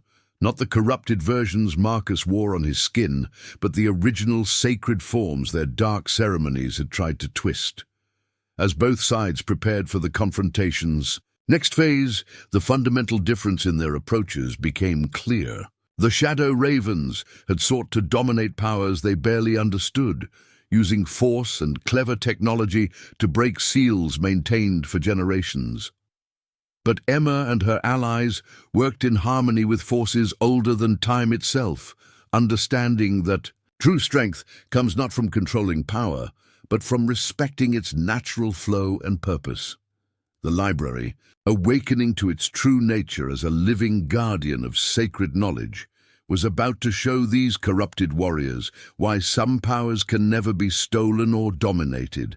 They can only be served by those who understand their deeper truth. The moment of true awakening came when the library's clock struck midnight, its chimes resonating at frequencies that made Marcus's corrupted scars burn with uncomfortable recognition. Throughout the building, the blue light flowing through ancient stones intensified, revealing patterns that transformed mundane architecture into something far more significant. In the basement, Emma felt the change as a surge of energy that made her turquoise pendant float upward, defying gravity as it responded to powers stirring beneath the foundation. The stone floor beneath her feet grew warm, then began to pulse with a soft light that spread outward in geometric patterns matching the stars above. "The building remembers," Grace whispered, watching as seemingly solid walls became translucent, revealing layers of symbols and protective circles hidden within the original construction. "It's not just defending itself anymore, it's starting to remember what it truly is." Sheriff Ortiz watched in amazement as ordinary features of the library's architecture took on new significance. Bookshelf arrangements that had seemed random now clearly formed protective circles. Window placements that appeared decorative created perfect alignments with celestial points of power. "Your father and Whitehawk," Maria said quietly to Emma, "they didn't just help design a building, did they? They created a living matrix of protection, disguised as a simple library." Emma nodded, her hands moving through gestures that seemed to guide and direct the spreading illumination. Every renovation, every repair over the years, they were all carefully planned, Each new addition was placed to strengthen the whole, to help the building grow and adapt while maintaining its true purpose. Above them, the Shadow Raven's corrupt ceremonies reached a critical point. Their modified motorcycles, arranged in patterns that perverted sacred geometries, generated frequencies designed to shatter spiritual barriers. But something unexpected happened when these energies met the library's awakening defenses. Instead of breaking under the assault, the building's protective matrix absorbed and transformed the corrupted power. Dark energy intended for destruction was captured by the library's crystalline structure, purified and redirected to strengthen the very seals the Shadow Ravens sought to break. In his command center, Marcus watched with growing alarm as his carefully planned operation began to backfire spectacularly. The energy readings from their modified sensors showed patterns that defied their stolen knowledge. "The power signatures are inverting," his technician reported urgently. "Every attack we launch is being transformed and redirected. The library isn't just defending itself, it's using our own ceremonies against us." Through their surveillance systems, they watched as the building's transformation accelerated. Walls that had seemed solid became transparent to their specialized equipment, revealing layer upon layer of protective circles and sacred geometries embedded within the structure itself. "Our benefactor never warned us about this," Marcus's lieutenant observed, watching as corrupted artifacts in their possession began to resonate at frequencies that made them dangerous to handle. "The building isn't just protected by seals and barriers, it's a giant purification matrix." Marcus studied displays showing phenomena that challenged even his twisted understanding of sacred power. The library wasn't just resisting their attacks. It was systematically undoing the corruption in their stolen ceremonies, returning perverted energies to their original pure forms. "The Guardian," he realized, watching Emma's movements through their sensors. "She's not just defending the building, she's helping it remember its true nature, awakening powers that were designed to be dormant until needed." In Canyon Rock Valley, Whitehawk felt the surge of awakening power as a wave of energy that made sacred items in their care respond with sympathetic resonance. Ancient tools and ceremonial objects began to glow with inner light, recognizing the activation of forces they had been created to work with. "The great purification begins," Running Cloud observed, watching as the storm above Mesa Verde formed patterns that matched prophecies about the cleansing of corrupted power. "Their attempt to break the seals has triggered exactly what our ancestors planned for." Whitehawk nodded, understanding flowing through him as ancient knowledge passed down through generations took on new significance. They thought they could control these powers through force and clever machinery. But true strength doesn't come from domination. It comes from serving as a channel for forces that maintain the balance of all things. Throughout Mesa Verde, the effects of the library's awakening became impossible to ignore. The storm above. The town formed spiral patterns that matched symbols hidden in the building's foundation. Lightning struck in sequences that created temporary geometric patterns in the air, visible manifestations of power that had remained hidden for generations. In the basement, Emma worked with the building's awakening consciousness, guided by years of training with Whitehawk. Each gesture, each whispered word in ancient Apache helped direct and focus the growing power. The library responded to her touch like a living thing, its crystalline matrix humming with energies that modern science couldn't explain. "The whole structure," Grace observed in wonder, watching as ordinary materials revealed extraordinary properties. The limestone in the foundation, the quartz veins running through the local stone, they're all part of a giant crystal designed to channel and purify power. Maria, her law enforcement training struggling to process what she was witnessing, noticed something else. The artifacts they stole from other sites, the ones they're using in their ceremonies. Look at how they're reacting. Through the basement windows, they could see the Shadow Raven's stolen items beginning to pulse with light that fought against the corrupted energies being channeled through them. Sacred objects that had been twisted to dark purposes started to resist their users, responding to the library's purifying influence. "The prophecy speaks of this moment," Grace said, her aged voice carrying the weight of generations of wisdom. "When sacred knowledge would defend itself, when stolen power would return to its true purpose, the building isn't just protecting its contents, it's actively working to restore balance." Emma felt the truth of these words through her connection with the library's awakening consciousness. The structure wasn't just a container for books and artifacts, it was a living instrument of purification, designed to awaken in times of greatest need and restore sacred power to its original purpose. In his command center, Marcus watched as his carefully constructed plans continued to unravel. The corrupted ceremonies they'd spent months perfecting were being systematically undone by powers they hadn't known existed. Each attempt to force their will upon the sacred energies only strengthened the library's purifying response. "Sir," his lieutenant called urgently, "the artifacts we took from Silver Creek and Three Rivers, they're starting to reject our control. The corrupted bindings we placed on them are breaking down." Marcus studied readings that showed their carefully accumulated power slipping away. The library wasn't just defending itself. It was actively reaching out through mystical connections to other sacred sites, working to undo the damage his organization had caused across the region. The storm above Mesa Verde intensified, but not in the way the Shadow Ravens had intended. Lightning formed patterns that matched symbols of purification and renewal, as if the sky itself participated in the cleansing of corrupted power. Their attempt to dominate sacred forces had awakened something far more powerful than they had anticipated, the living memory of how these energies were meant to flow.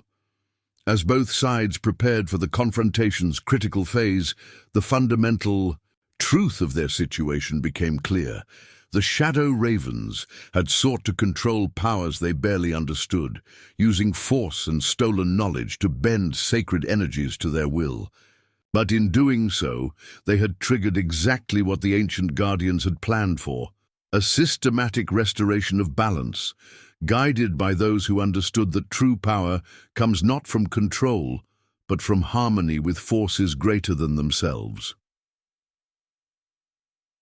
The effects of the library's awakening spread beyond its physical boundaries. Throughout Mesa Verde, people with even the slightest connection to indigenous heritage began experiencing visions and sensations that their ancestors had written about in ancient texts. Children drew spiral patterns in their notebooks without understanding why. Elderly residents found themselves remembering stories and songs they hadn't heard since childhood. In the library's basement, Emma noticed another significant change. The rare book collection, housed in specially designed cases, began to emit a soft luminescence. Ancient texts, written in languages few could read, started pulsing with inner light, their pages turning on their own to reveal symbols and diagrams that matched the patterns now flowing through the building's structure. "The knowledge itself awakens," Grace observed, watching as centuries-old manuscripts responded to the surge of pure energy. "These aren't just books, they're repositories of power, waiting for the right moment to reveal their true content."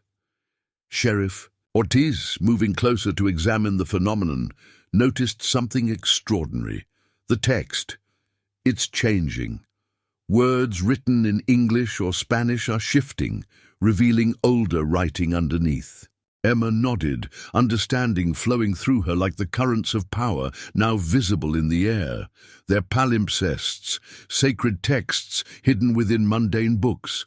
Our ancestors knew that the best way to preserve powerful knowledge was to hide. it in plain sight, disguised as ordinary library materials. Through their basement windows, they could see the Shadow Ravens' growing desperation as their corrupted ceremonies continued to backfire. The modified motorcycles, arranged in patterns meant to channel dark energy, began to malfunction. Engines, designed to generate specific frequencies, sputtered and died as the library's purifying influence neutralized their carefully crafted modifications.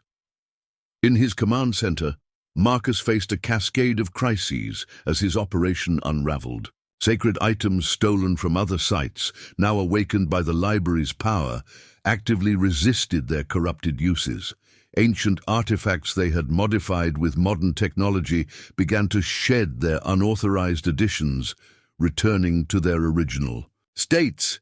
"Sir," his technician reported urgently, "we're losing control of the convergence points.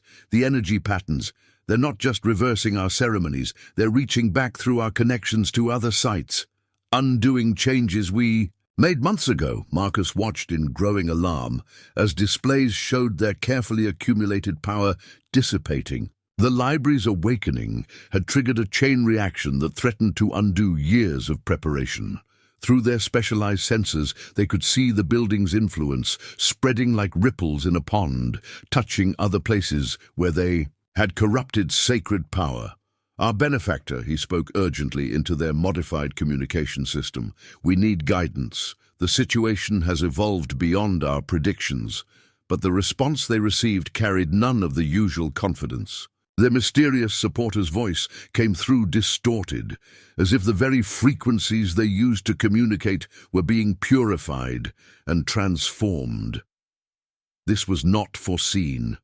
The library, it's not just a container for power, it's a nexus point, designed to awaken and restore balance when sacred forces are threatened. In Canyon Rock Valley, Whitehawk and his followers felt the change as a physical pressure that made their ceremonial items vibrate with increasing intensity. Ancient tools and sacred objects glowed within a light, responding to the library's call for restoration. "The great cleansing spreads," Running Cloud observed, watching as the storm above Mesa Verde formed patterns that hadn't been seen in generations. Each artifact they corrupted becomes a channel for purification, reaching back through their dark network to cleanse what they corrupted. Whitehawk understood the deeper significance of what they were witnessing. They thought they could control these powers by combining stolen knowledge with modern technology. But true power has its own will, its own purpose. What they tried to dominate now turns against them, seeking to restore the balance they disturbed. Throughout Mesa Verde, the effects intensified. The storm above the town formed complex geometric patterns that matched symbols hidden in the library's architecture. Lightning struck in sequences that created temporary mandalas in the air, visible manifestations of power returning to its original sacred purpose. In the basement, Emma worked in harmony with the building's awakening consciousness, guided by years of training and deeper instincts she hadn't known she possessed. Each gesture, each whispered word in ancient Apache helped direct the flow of purifying energy. The library responded to her touch like a living entity, its crystalline matrix, humming with frequencies that made modern electronics malfunction while awakening older, more natural forms of power. "The entire valley responds," Grace observed, her sensitive hands feeling the pulse of energy flowing through the earth itself. "The library isn't just a single point of power anymore, it's becoming what it was always meant to be, a catalyst for regional restoration." Maria, watching through windows that now seemed more like portals into deeper layers of reality, noticed another significant change. The artifacts they're using in their ceremonies, they're not just rejecting corruption, they're actively working to free themselves. Through the transforming glass, they could see sacred items beginning to move on their own, pulling away from the Shadow Raven's corrupted circles. Objects that had been stolen and modified started to shed their unauthorized additions, pieces of modern technology falling away as ancient power reasserted its true nature. The prophecy speaks of this moment, Grace said, her voice carrying generations of wisdom. When the stolen would return, when the corrupted would remember their purpose. The library isn't just defending itself, it's actively working to heal. Wounds inflicted on sacred power across the entire region.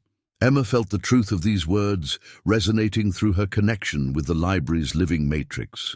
The structure wasn't just protecting its contents or defending against attack.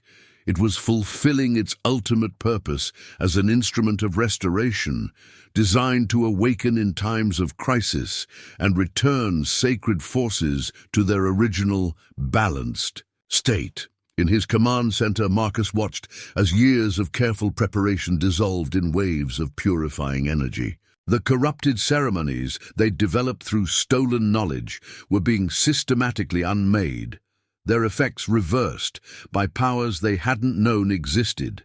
Each attempt to maintain control only accelerated the process of restoration. "Sir," his lieutenant called with increasing urgency, "the artifacts from all our previous operations, we're losing them. The connections we established, the modifications we made, everything's being undone." Marcus studied readings that showed their carefully constructed network of power crumbling. The library wasn't just defending its own boundaries, it was actively reaching out through mystical connections to other sacred sites, working to heal the damage his organization had caused across multiple states. The storm above Mesa Verde intensified into configurations that defied normal meteorology. Lightning formed patterns representing purification and renewal, as if the sky itself participated in the cleansing of corrupted power. Their attempt to dominate sacred forces had awakened something far more powerful than they had anticipated. The living memory of how these energies were meant to flow and the will to restore that natural order.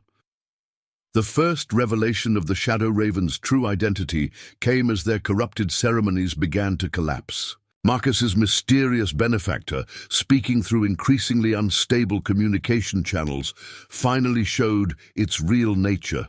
The voice that emerged from their modified speakers no longer attempted to sound human. "The seals cannot hold against what comes," the entity declared, its words carrying harmonics that made the air itself shiver. "The balance your ancestors created was a chain, binding forces that deserve freedom. We offered you power, taught you the ceremonies, and gave you the means to break these primitive barriers." In the command center, Marcus felt ancient markings burn beneath his skin as the being's true voice stripped away layers of deception. "You never told us what we were really awakening," he accused, watching as years of careful preparation crumbled around him. "You were told what you needed to know," the entity replied, its voice now carrying echoes that seemed to come from somewhere outside of normal space and time. "Human vessels, marked with the right symbols, guided by the right ceremonies. You were perfect tools for our return." Through their failing equipment, they watched as the library's transformation revealed new layers of truth. The building wasn't just defending itself or purifying corrupted power. It was maintaining barriers that kept something ancient and dangerous from re-entering the world. In the basement, Emma felt the change, as a shift in the very fabric of reality around them. The library's awakening power had stripped away veils of illusion, revealing the true nature of what they faced. Through walls that had become transparent, to certain frequencies of light, she could see the Shadow Raven's command center and the dark presence that gathered there. "The ancient enemy returns," Grace whispered, her aged eyes seeing past physical limitations to the truth beneath. "The ones our ancestors sealed away, who taught forbidden knowledge to those hungry for power. They've been waiting, watching through centuries, looking for vessels they could use." Sheriff Ortiz, her modern worldview struggling with what she witnessed, saw it too. The gang, their motorcycles, all their technology, It was never about stealing artifacts or controlling territory, was it? No, Emma confirmed, understanding flowing through her like the currents of power now visible in the air. They were being prepared, transformed into tools that could channel forces our ancestors banished. The corrupted ceremonies, the stolen knowledge, it was all designed to break seals that maintain the balance between worlds. Through the library's crystalline matrix, they could see the true form of what gathered in the Shadow Raven's command center. The entity that had guided them wasn't simply a voice through modified speakers.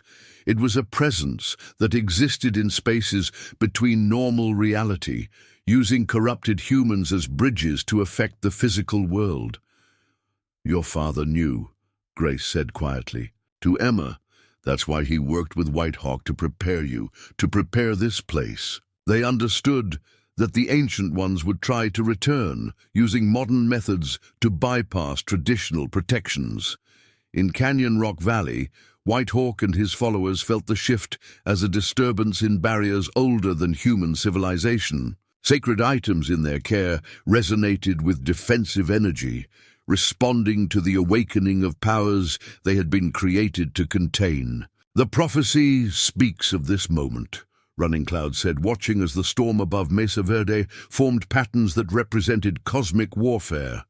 When the sealed ones would find new vessels using corruption of sacred knowledge to break their bonds. But it also speaks of the guardians, those prepared through generations to stand at the threshold. Whitehawk nodded, understanding flowing through him as ancient knowledge took on new significance. They weren't just fighting corrupted humans or stolen power. They faced entities that had been sealed away by their ancestors, beings that had taught forbidden knowledge to humanity before being banished from this reality.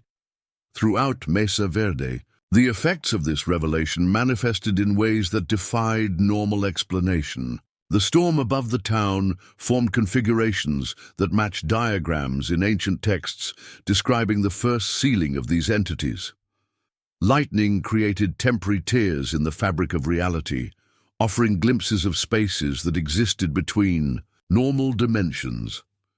In the library basement, Emma worked with a growing understanding of what her years of training had prepared her for. Each gesture, each whispered word in ancient Apache helped maintain barriers that did more than just protect knowledge. They kept something dangerous and ancient from re-entering the world. The building's transformation, Maria observed, watching, as ordinary architecture revealed its true purpose. It's not just about power or protection. This whole structure is part of a larger seal, isn't it? Emma nodded, feeling the truth resonate through her connection with the library's living matrix. The original stones were taken from sites where our ancestors first bound these entities. Each piece of the foundation, each architectural feature, was designed to maintain those ancient barriers. When they built this library, they weren't just preserving knowledge. They were maintaining seals that keep our reality separate from spaces where dangerous powers were confined. Through windows that now functioned more like portals into deeper layers of truth, they could see the Shadow Raven's desperate attempts to maintain control of forces they finally understood were controlling them. The corrupted ceremonies hadn't just been about breaking seals or stealing power. They had been transforming the gang members into living conduits for entities sealed away generations ago. "Look at their markings," Grace said, her sensitive vision perceiving the true nature of the gang's ritualistic scars. "Those aren't just symbols of power, they're binding marks. The entities have been slowly transforming them, turning human flesh into anchors that could sustain their presence in our world." Marcus, watching through his own failing equipment as the truth became undeniable, finally understood the full scope of their mistake. The mysterious benefactor who had offered them power, taught them ceremonies, guided them to specific artifacts.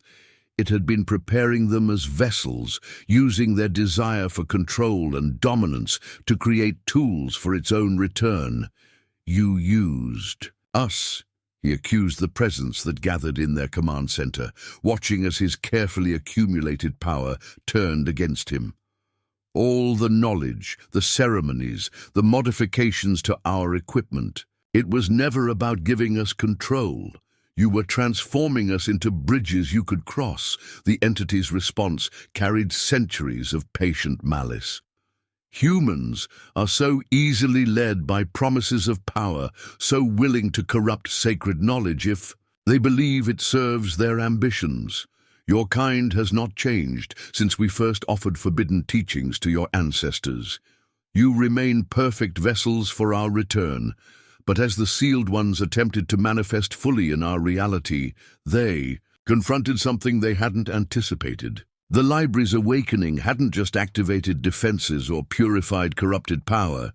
It had initiated a response designed by ancestors who understood that such entities would eventually try to return. The storm above Mesa Verde intensified into configurations that represented cosmic warfare. Lightning formed patterns that matched symbols of banishment and binding, as if the sky itself participated in maintaining barriers between realities. The attempt to corrupt sacred knowledge and break ancient seals had awakened something far more powerful than mere physical defenses, the living memory of how these entities were sealed away, and the will to maintain those barriers at any cost. The moment of true confrontation began when the sealed entities attempted to fully manifest through their corrupted human vessels. The Shadow Raven's command center became a nexus of impossible geometries, as space itself twisted around them, reality bending as ancient powers pushed against barriers maintained for generations. The vessels are prepared, the entity declared, through increasingly distorted communications. The marks are complete, the barriers grow thin, we return to claim what was denied us. In the command center, Marcus watched in horror as members of his gang began to transform. The ritualistic scars they'd worn with pride turned luminous, becoming channels for energies that began to reshape human flesh into forms better suited to bridge the gap between realities. The final convergence cannot be stopped, the entity continued, its voice now carrying harmonics that made solid matter vibrate in sympathy. Your ancestors' seals were powerful, but all barriers weaken with time. We have been patient, watching, waiting for vessels that could be properly prepared. Through their failing equipment, they watched as the library's awakening power met this attempted incursion, with defenses far more sophisticated than mere physical barriers. The building's crystalline matrix began to pulse with frequencies that somehow strengthened the very fabric of reality itself, maintaining separation between dimensions that were never meant to touch. In the basement, Emma felt the change as a pressure that made her ears pop and her vision blur. The library's transformation had revealed new layers of its defensive capabilities, showing how the entire structure functioned as part of a larger system designed to maintain cosmic barriers. "The ceiling stones," Grace called urgently, pointing to foundation blocks that now glowed with intense inner light. "They're not just containing power, they're anchor points for the barriers between worlds. Each one maintains a specific frequency that helps keep realities separate." Sheriff Ortiz, watching as impossible geometries tried to manifest in the air above the command center, understood the true significance of what they faced. The gang members, their corrupted ceremonies, they weren't just trying to steal power or break seals, they were being transformed into living doorways. "Yes," Emma confirmed, her hands moving through gestures that helped direct the library's defensive energies. The entities taught them corrupted versions of sacred ceremonies, marked them with symbols that looked like gang insignias, but were actually preparation for possession. Each ritual they performed wasn't just breaking seals, it was reshaping their very beings into forms that could sustain otherworldly presence. Through the basement windows, which now seemed to look through multiple layers of reality simultaneously, They could see the Shadow Raven's desperate struggle against forces they had foolishly invited into themselves. Gang members whose bodies had been gradually prepared through months of corrupted ceremonies began to change in ways that defied biological possibility. "Your father and White Hawk knew this might happen," Grace said to Emma, her aged eyes seeing past physical limitations to the truth beneath. "That's why they spent years preparing you, teaching you ceremonies that could maintain the barriers when they were most threatened. The library wasn't just built to contain knowledge. It was designed as a linchpin that helps hold realities apart." In Canyon Rock Valley, Whitehawk and his followers felt the disturbance as a physical sensation that made reality itself seem to waver. Sacred items in their care began to resonate at frequencies that helped stabilize the cosmic barriers, working in harmony with the library's defensive matrix. "The Ancient Ones are clever," Running Cloud observed, watching as the storm above Mesa Verde formed patterns that represented the clash between dimensions. They knew direct assault against the barriers would fail, so they worked slowly, patiently, preparing human vessels that could be transformed into bridges between worlds. Whitehawk nodded, understanding flowing through him as generations of preserved knowledge took on new significance. They offered what they always have: power, control, dominance over sacred forces. But those who accept such teachings become tools for powers far older and more dangerous than they can comprehend. Throughout Mesa Verde, the effects of this dimensional confrontation manifested in ways that challenged sanity itself. The storm above the town formed configurations that represented the interface between realities, lightning creating temporary tears that offered glimpses of spaces that existed beyond normal perception. In the library basement, Emma worked with a growing understanding of her true role. Each gesture, each whispered word in ancient Apache helped maintain barriers that separated realities that were never meant to interact. The building's crystalline matrix responded to her directions, generating frequencies that strengthened the cosmic boundaries. "The whole valley is responding," Maria observed, watching as natural features of the landscape revealed their role in the larger defensive system. The mountains, the rivers, even the rock formations, they're all part of it, aren't they? Emma nodded, feeling the truth resonate through her connection with forces older than human civilization. "Our ancestors didn't just build defenses in one place. They created a network of sacred sites, each one helping to maintain the barriers between worlds. This library sits at a crucial intersection of those ancient lines of power. Through windows that now functioned more like interdimensional viewers, they could see the Shadow Raven's final transformation. Gang members whose bodies had been gradually prepared through corrupted ceremonies began to serve their true purpose. Living anchors through which entities sealed away generations ago could attempt to re-enter normal reality. "The markings are incomplete," the entity declared, through the gang's failing communication systems. "The vessels are ready. The barriers cannot hold against what comes. Your ancestors understood power, but feared to embrace it fully. We offer completion, transcendence, beyond mere physical limitation." But as the sealed ones attempted to fully manifest through their corrupted human tools, they confronted defenses far more sophisticated than they had anticipated. The library's awakening hadn't just activated simple barriers or protective circles. It had initiated responses designed by ancestors who understood exactly what such entities would eventually attempt. The storm above Mesa Verde intensified into configurations that represented the fundamental structure of reality itself. Lightning formed patterns that matched symbols of cosmic binding, as if the sky itself participated in maintaining separation between dimensions that were never meant to touch. The attempt to corrupt sacred knowledge and break dimensional barriers had awakened something far more powerful than mere physical defenses: the living memory of how these entities were sealed away, and the will to maintain those barriers at any cost. Through their failing equipment, Marcus watched as his carefully constructed plan dissolved into cosmic horror. The mysterious benefactor who had offered them power, taught them ceremonies, guided them to specific artifacts. It had been preparing them as living gateways, using their desire for control and dominance to create tools for its own purposes. You spoke of power, he accused the presence that gathered in their command center, watching as his transformed gang members began to lose their humanity. You taught us ceremonies, showed us secrets, but you never revealed what we were really becoming.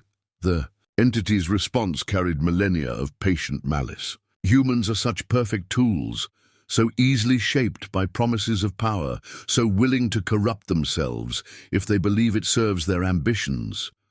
Your kind has not changed since we first offered forbidden teachings to your ancestors. You remain ideal vessels for our return.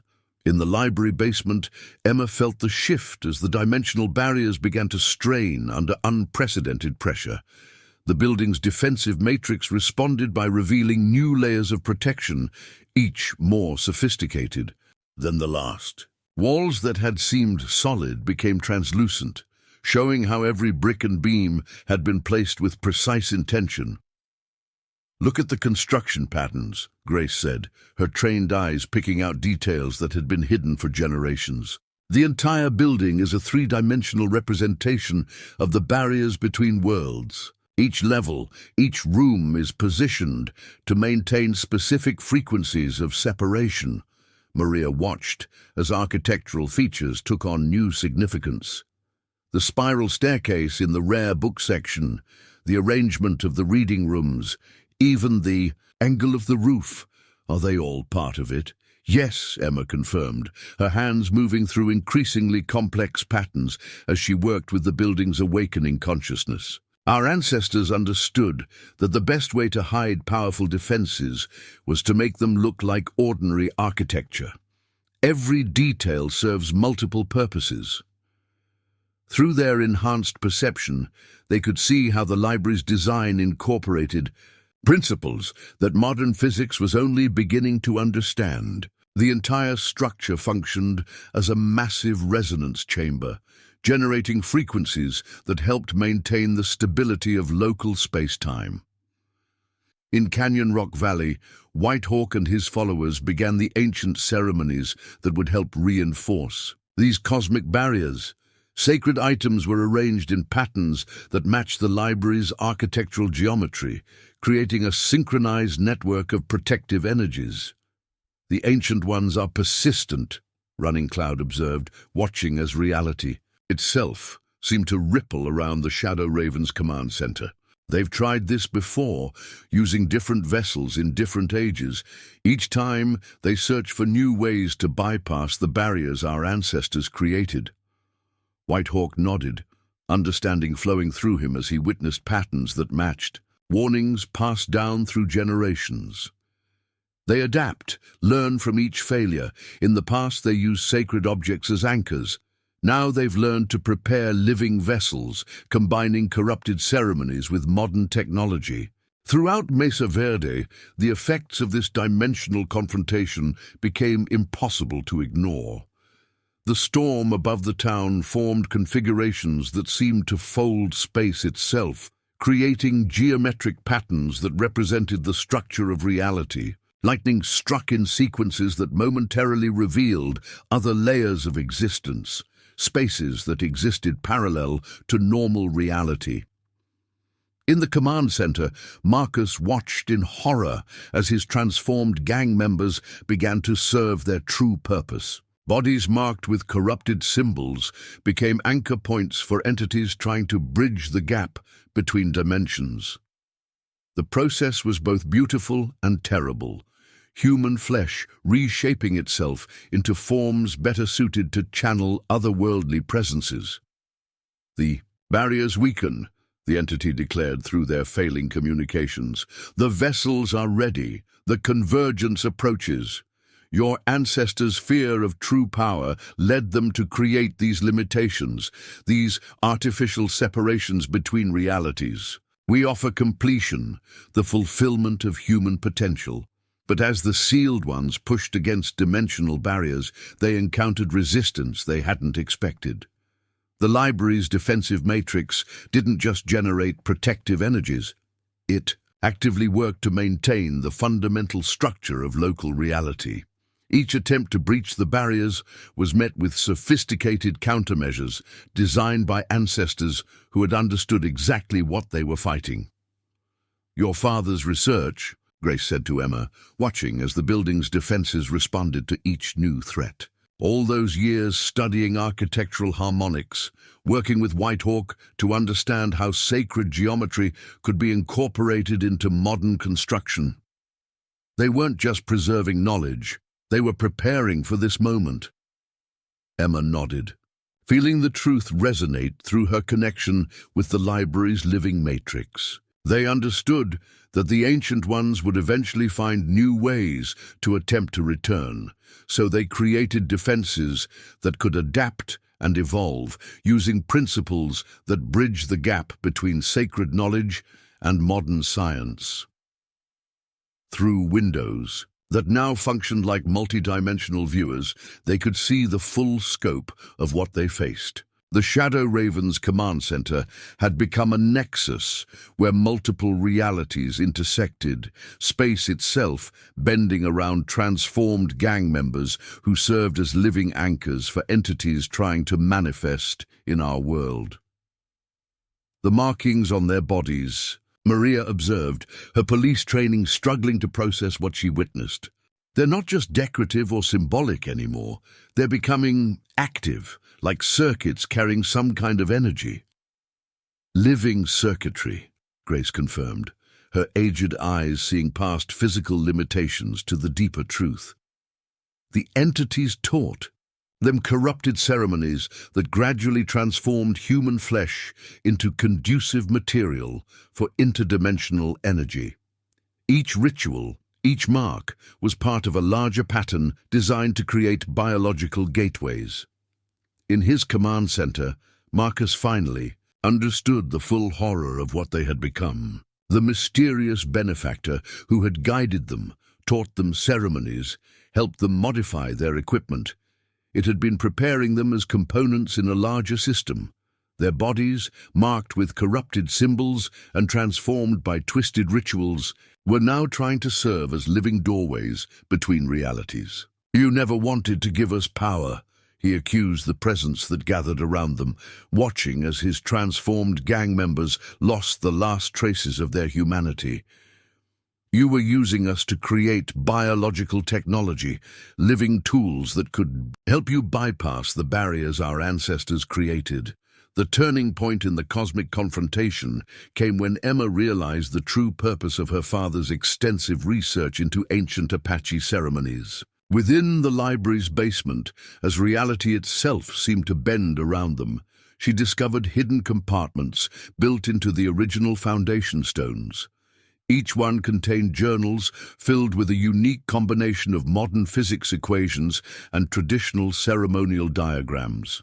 "Your father wasn't just studying our traditions," Grace observed, watching as Emma retrieved notebooks filled with complex calculations and sacred symbols.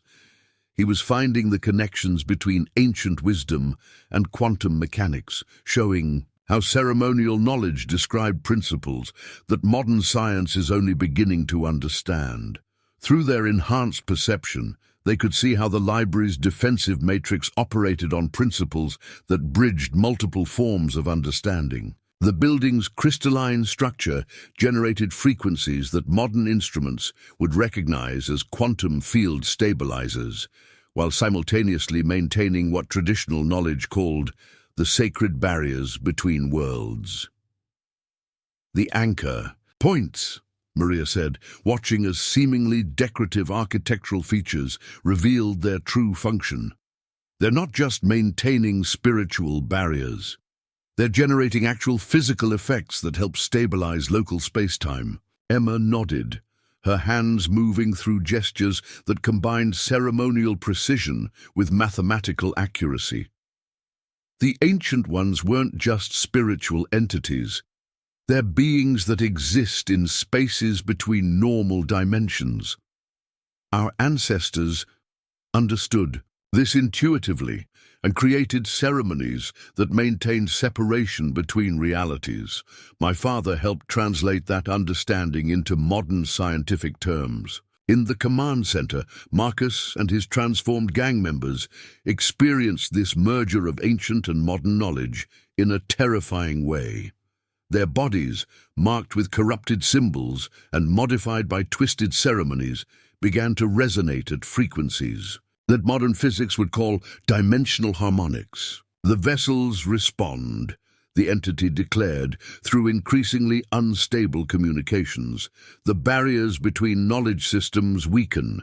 Your ancestors understood too late that what they called spirit and what you call science describe the same fundamental forces. Through their failing equipment, they watched as reality itself seemed to fracture around them. The Shadow Ravens' modified motorcycles, arranged in patterns that combined technological sophistication with corrupted ceremonial geometry, began to generate effects that both ancient wisdom and quantum mechanics would recognize as dangerous. The harmonics accelerate, the entity continued, its voice now carrying frequencies that made solid matter vibrate in sympathy. The vessels achieve resonance. The barriers between understanding dissolve. We return to complete what was begun ages ago, when we first taught humans to bridge the gap between intuitive knowledge and analytical understanding. In Canyon Rock Valley, White Hawk and his followers witnessed this convergence of knowledge, systems through their own traditional practices. Sacred items in their care began to generate effects that modern sensors would detect as quantum field anomalies, while maintaining what ceremonial knowledge called the balance between worlds. The Ancient Ones are clever, Running Cloud observed, watching as the storm above Mesa Verde formed patterns that both shamanic wisdom and theoretical physics would recognize as significant. They've learned to exploit the gap between different ways of understanding reality, using our division of knowledge against us. Whitehawk nodded, understanding flowing through him as generations of preserved wisdom took on new relevance.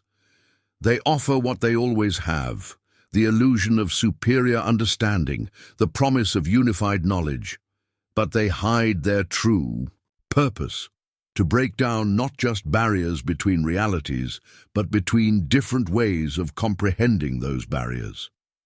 Throughout Mesa Verde, the effects of this knowledge convergence manifested in ways that challenged both traditional and modern understanding. The storm above the town formed configurations that shamanic wisdom would recognize as spirit paths, and quantum physics would describe as probability corridors, different languages describing the same fundamental phenomenon. In the library, a basement, Emma worked with a growing comprehension of how different systems of knowledge complemented each other. Each gesture, each whispered word in ancient Apache helped maintain what ceremonial understanding called sacred boundaries, while simultaneously generating what modern physics would term quantum field stabilization. The whole building, Maria observed, watching as architectural features operated on multiple levels of understanding. It's not just maintaining spiritual barriers or generating physical effects, it's showing how different ways of knowing support and validate each other. Grace nodded, her traditional wisdom enhanced by exposure to Emma's father's research. The Ancient Ones try to exploit gaps between different kinds of understanding, but this library was designed to demonstrate how various forms of knowledge work together to maintain the barriers they seek to break. Through windows that now offered multiple perspectives on reality, they could see the Shadow Raven's final transformation taking on significance that both ancient wisdom and modern science would recognize as dangerous. Gang members whose bodies had been prepared through corrupted ceremonies began generating effects that traditional knowledge would call spirit anchors, and quantum physics would term dimensional interfaces. "Your father's work was brilliant," Grace said to Emma, watching as the library's defenses operated on multiple levels of understanding. He showed how ceremonial knowledge and scientific principles describe the same fundamental forces, just using different languages and frameworks. The storm intensified into configurations that carried meaning across multiple systems of understanding. Lightning formed patterns that shamanic wisdom would recognize as power geometries, and theoretical physics would describe as quantum field structures, different ways of perceiving the same underlying reality. Up next, you've got two more standout stories right on your screen. If this one hits the mark, you won't want to pass these up. Just click and check them out, and don't forget to subscribe and turn on the notification bell so you don't miss any upload from us.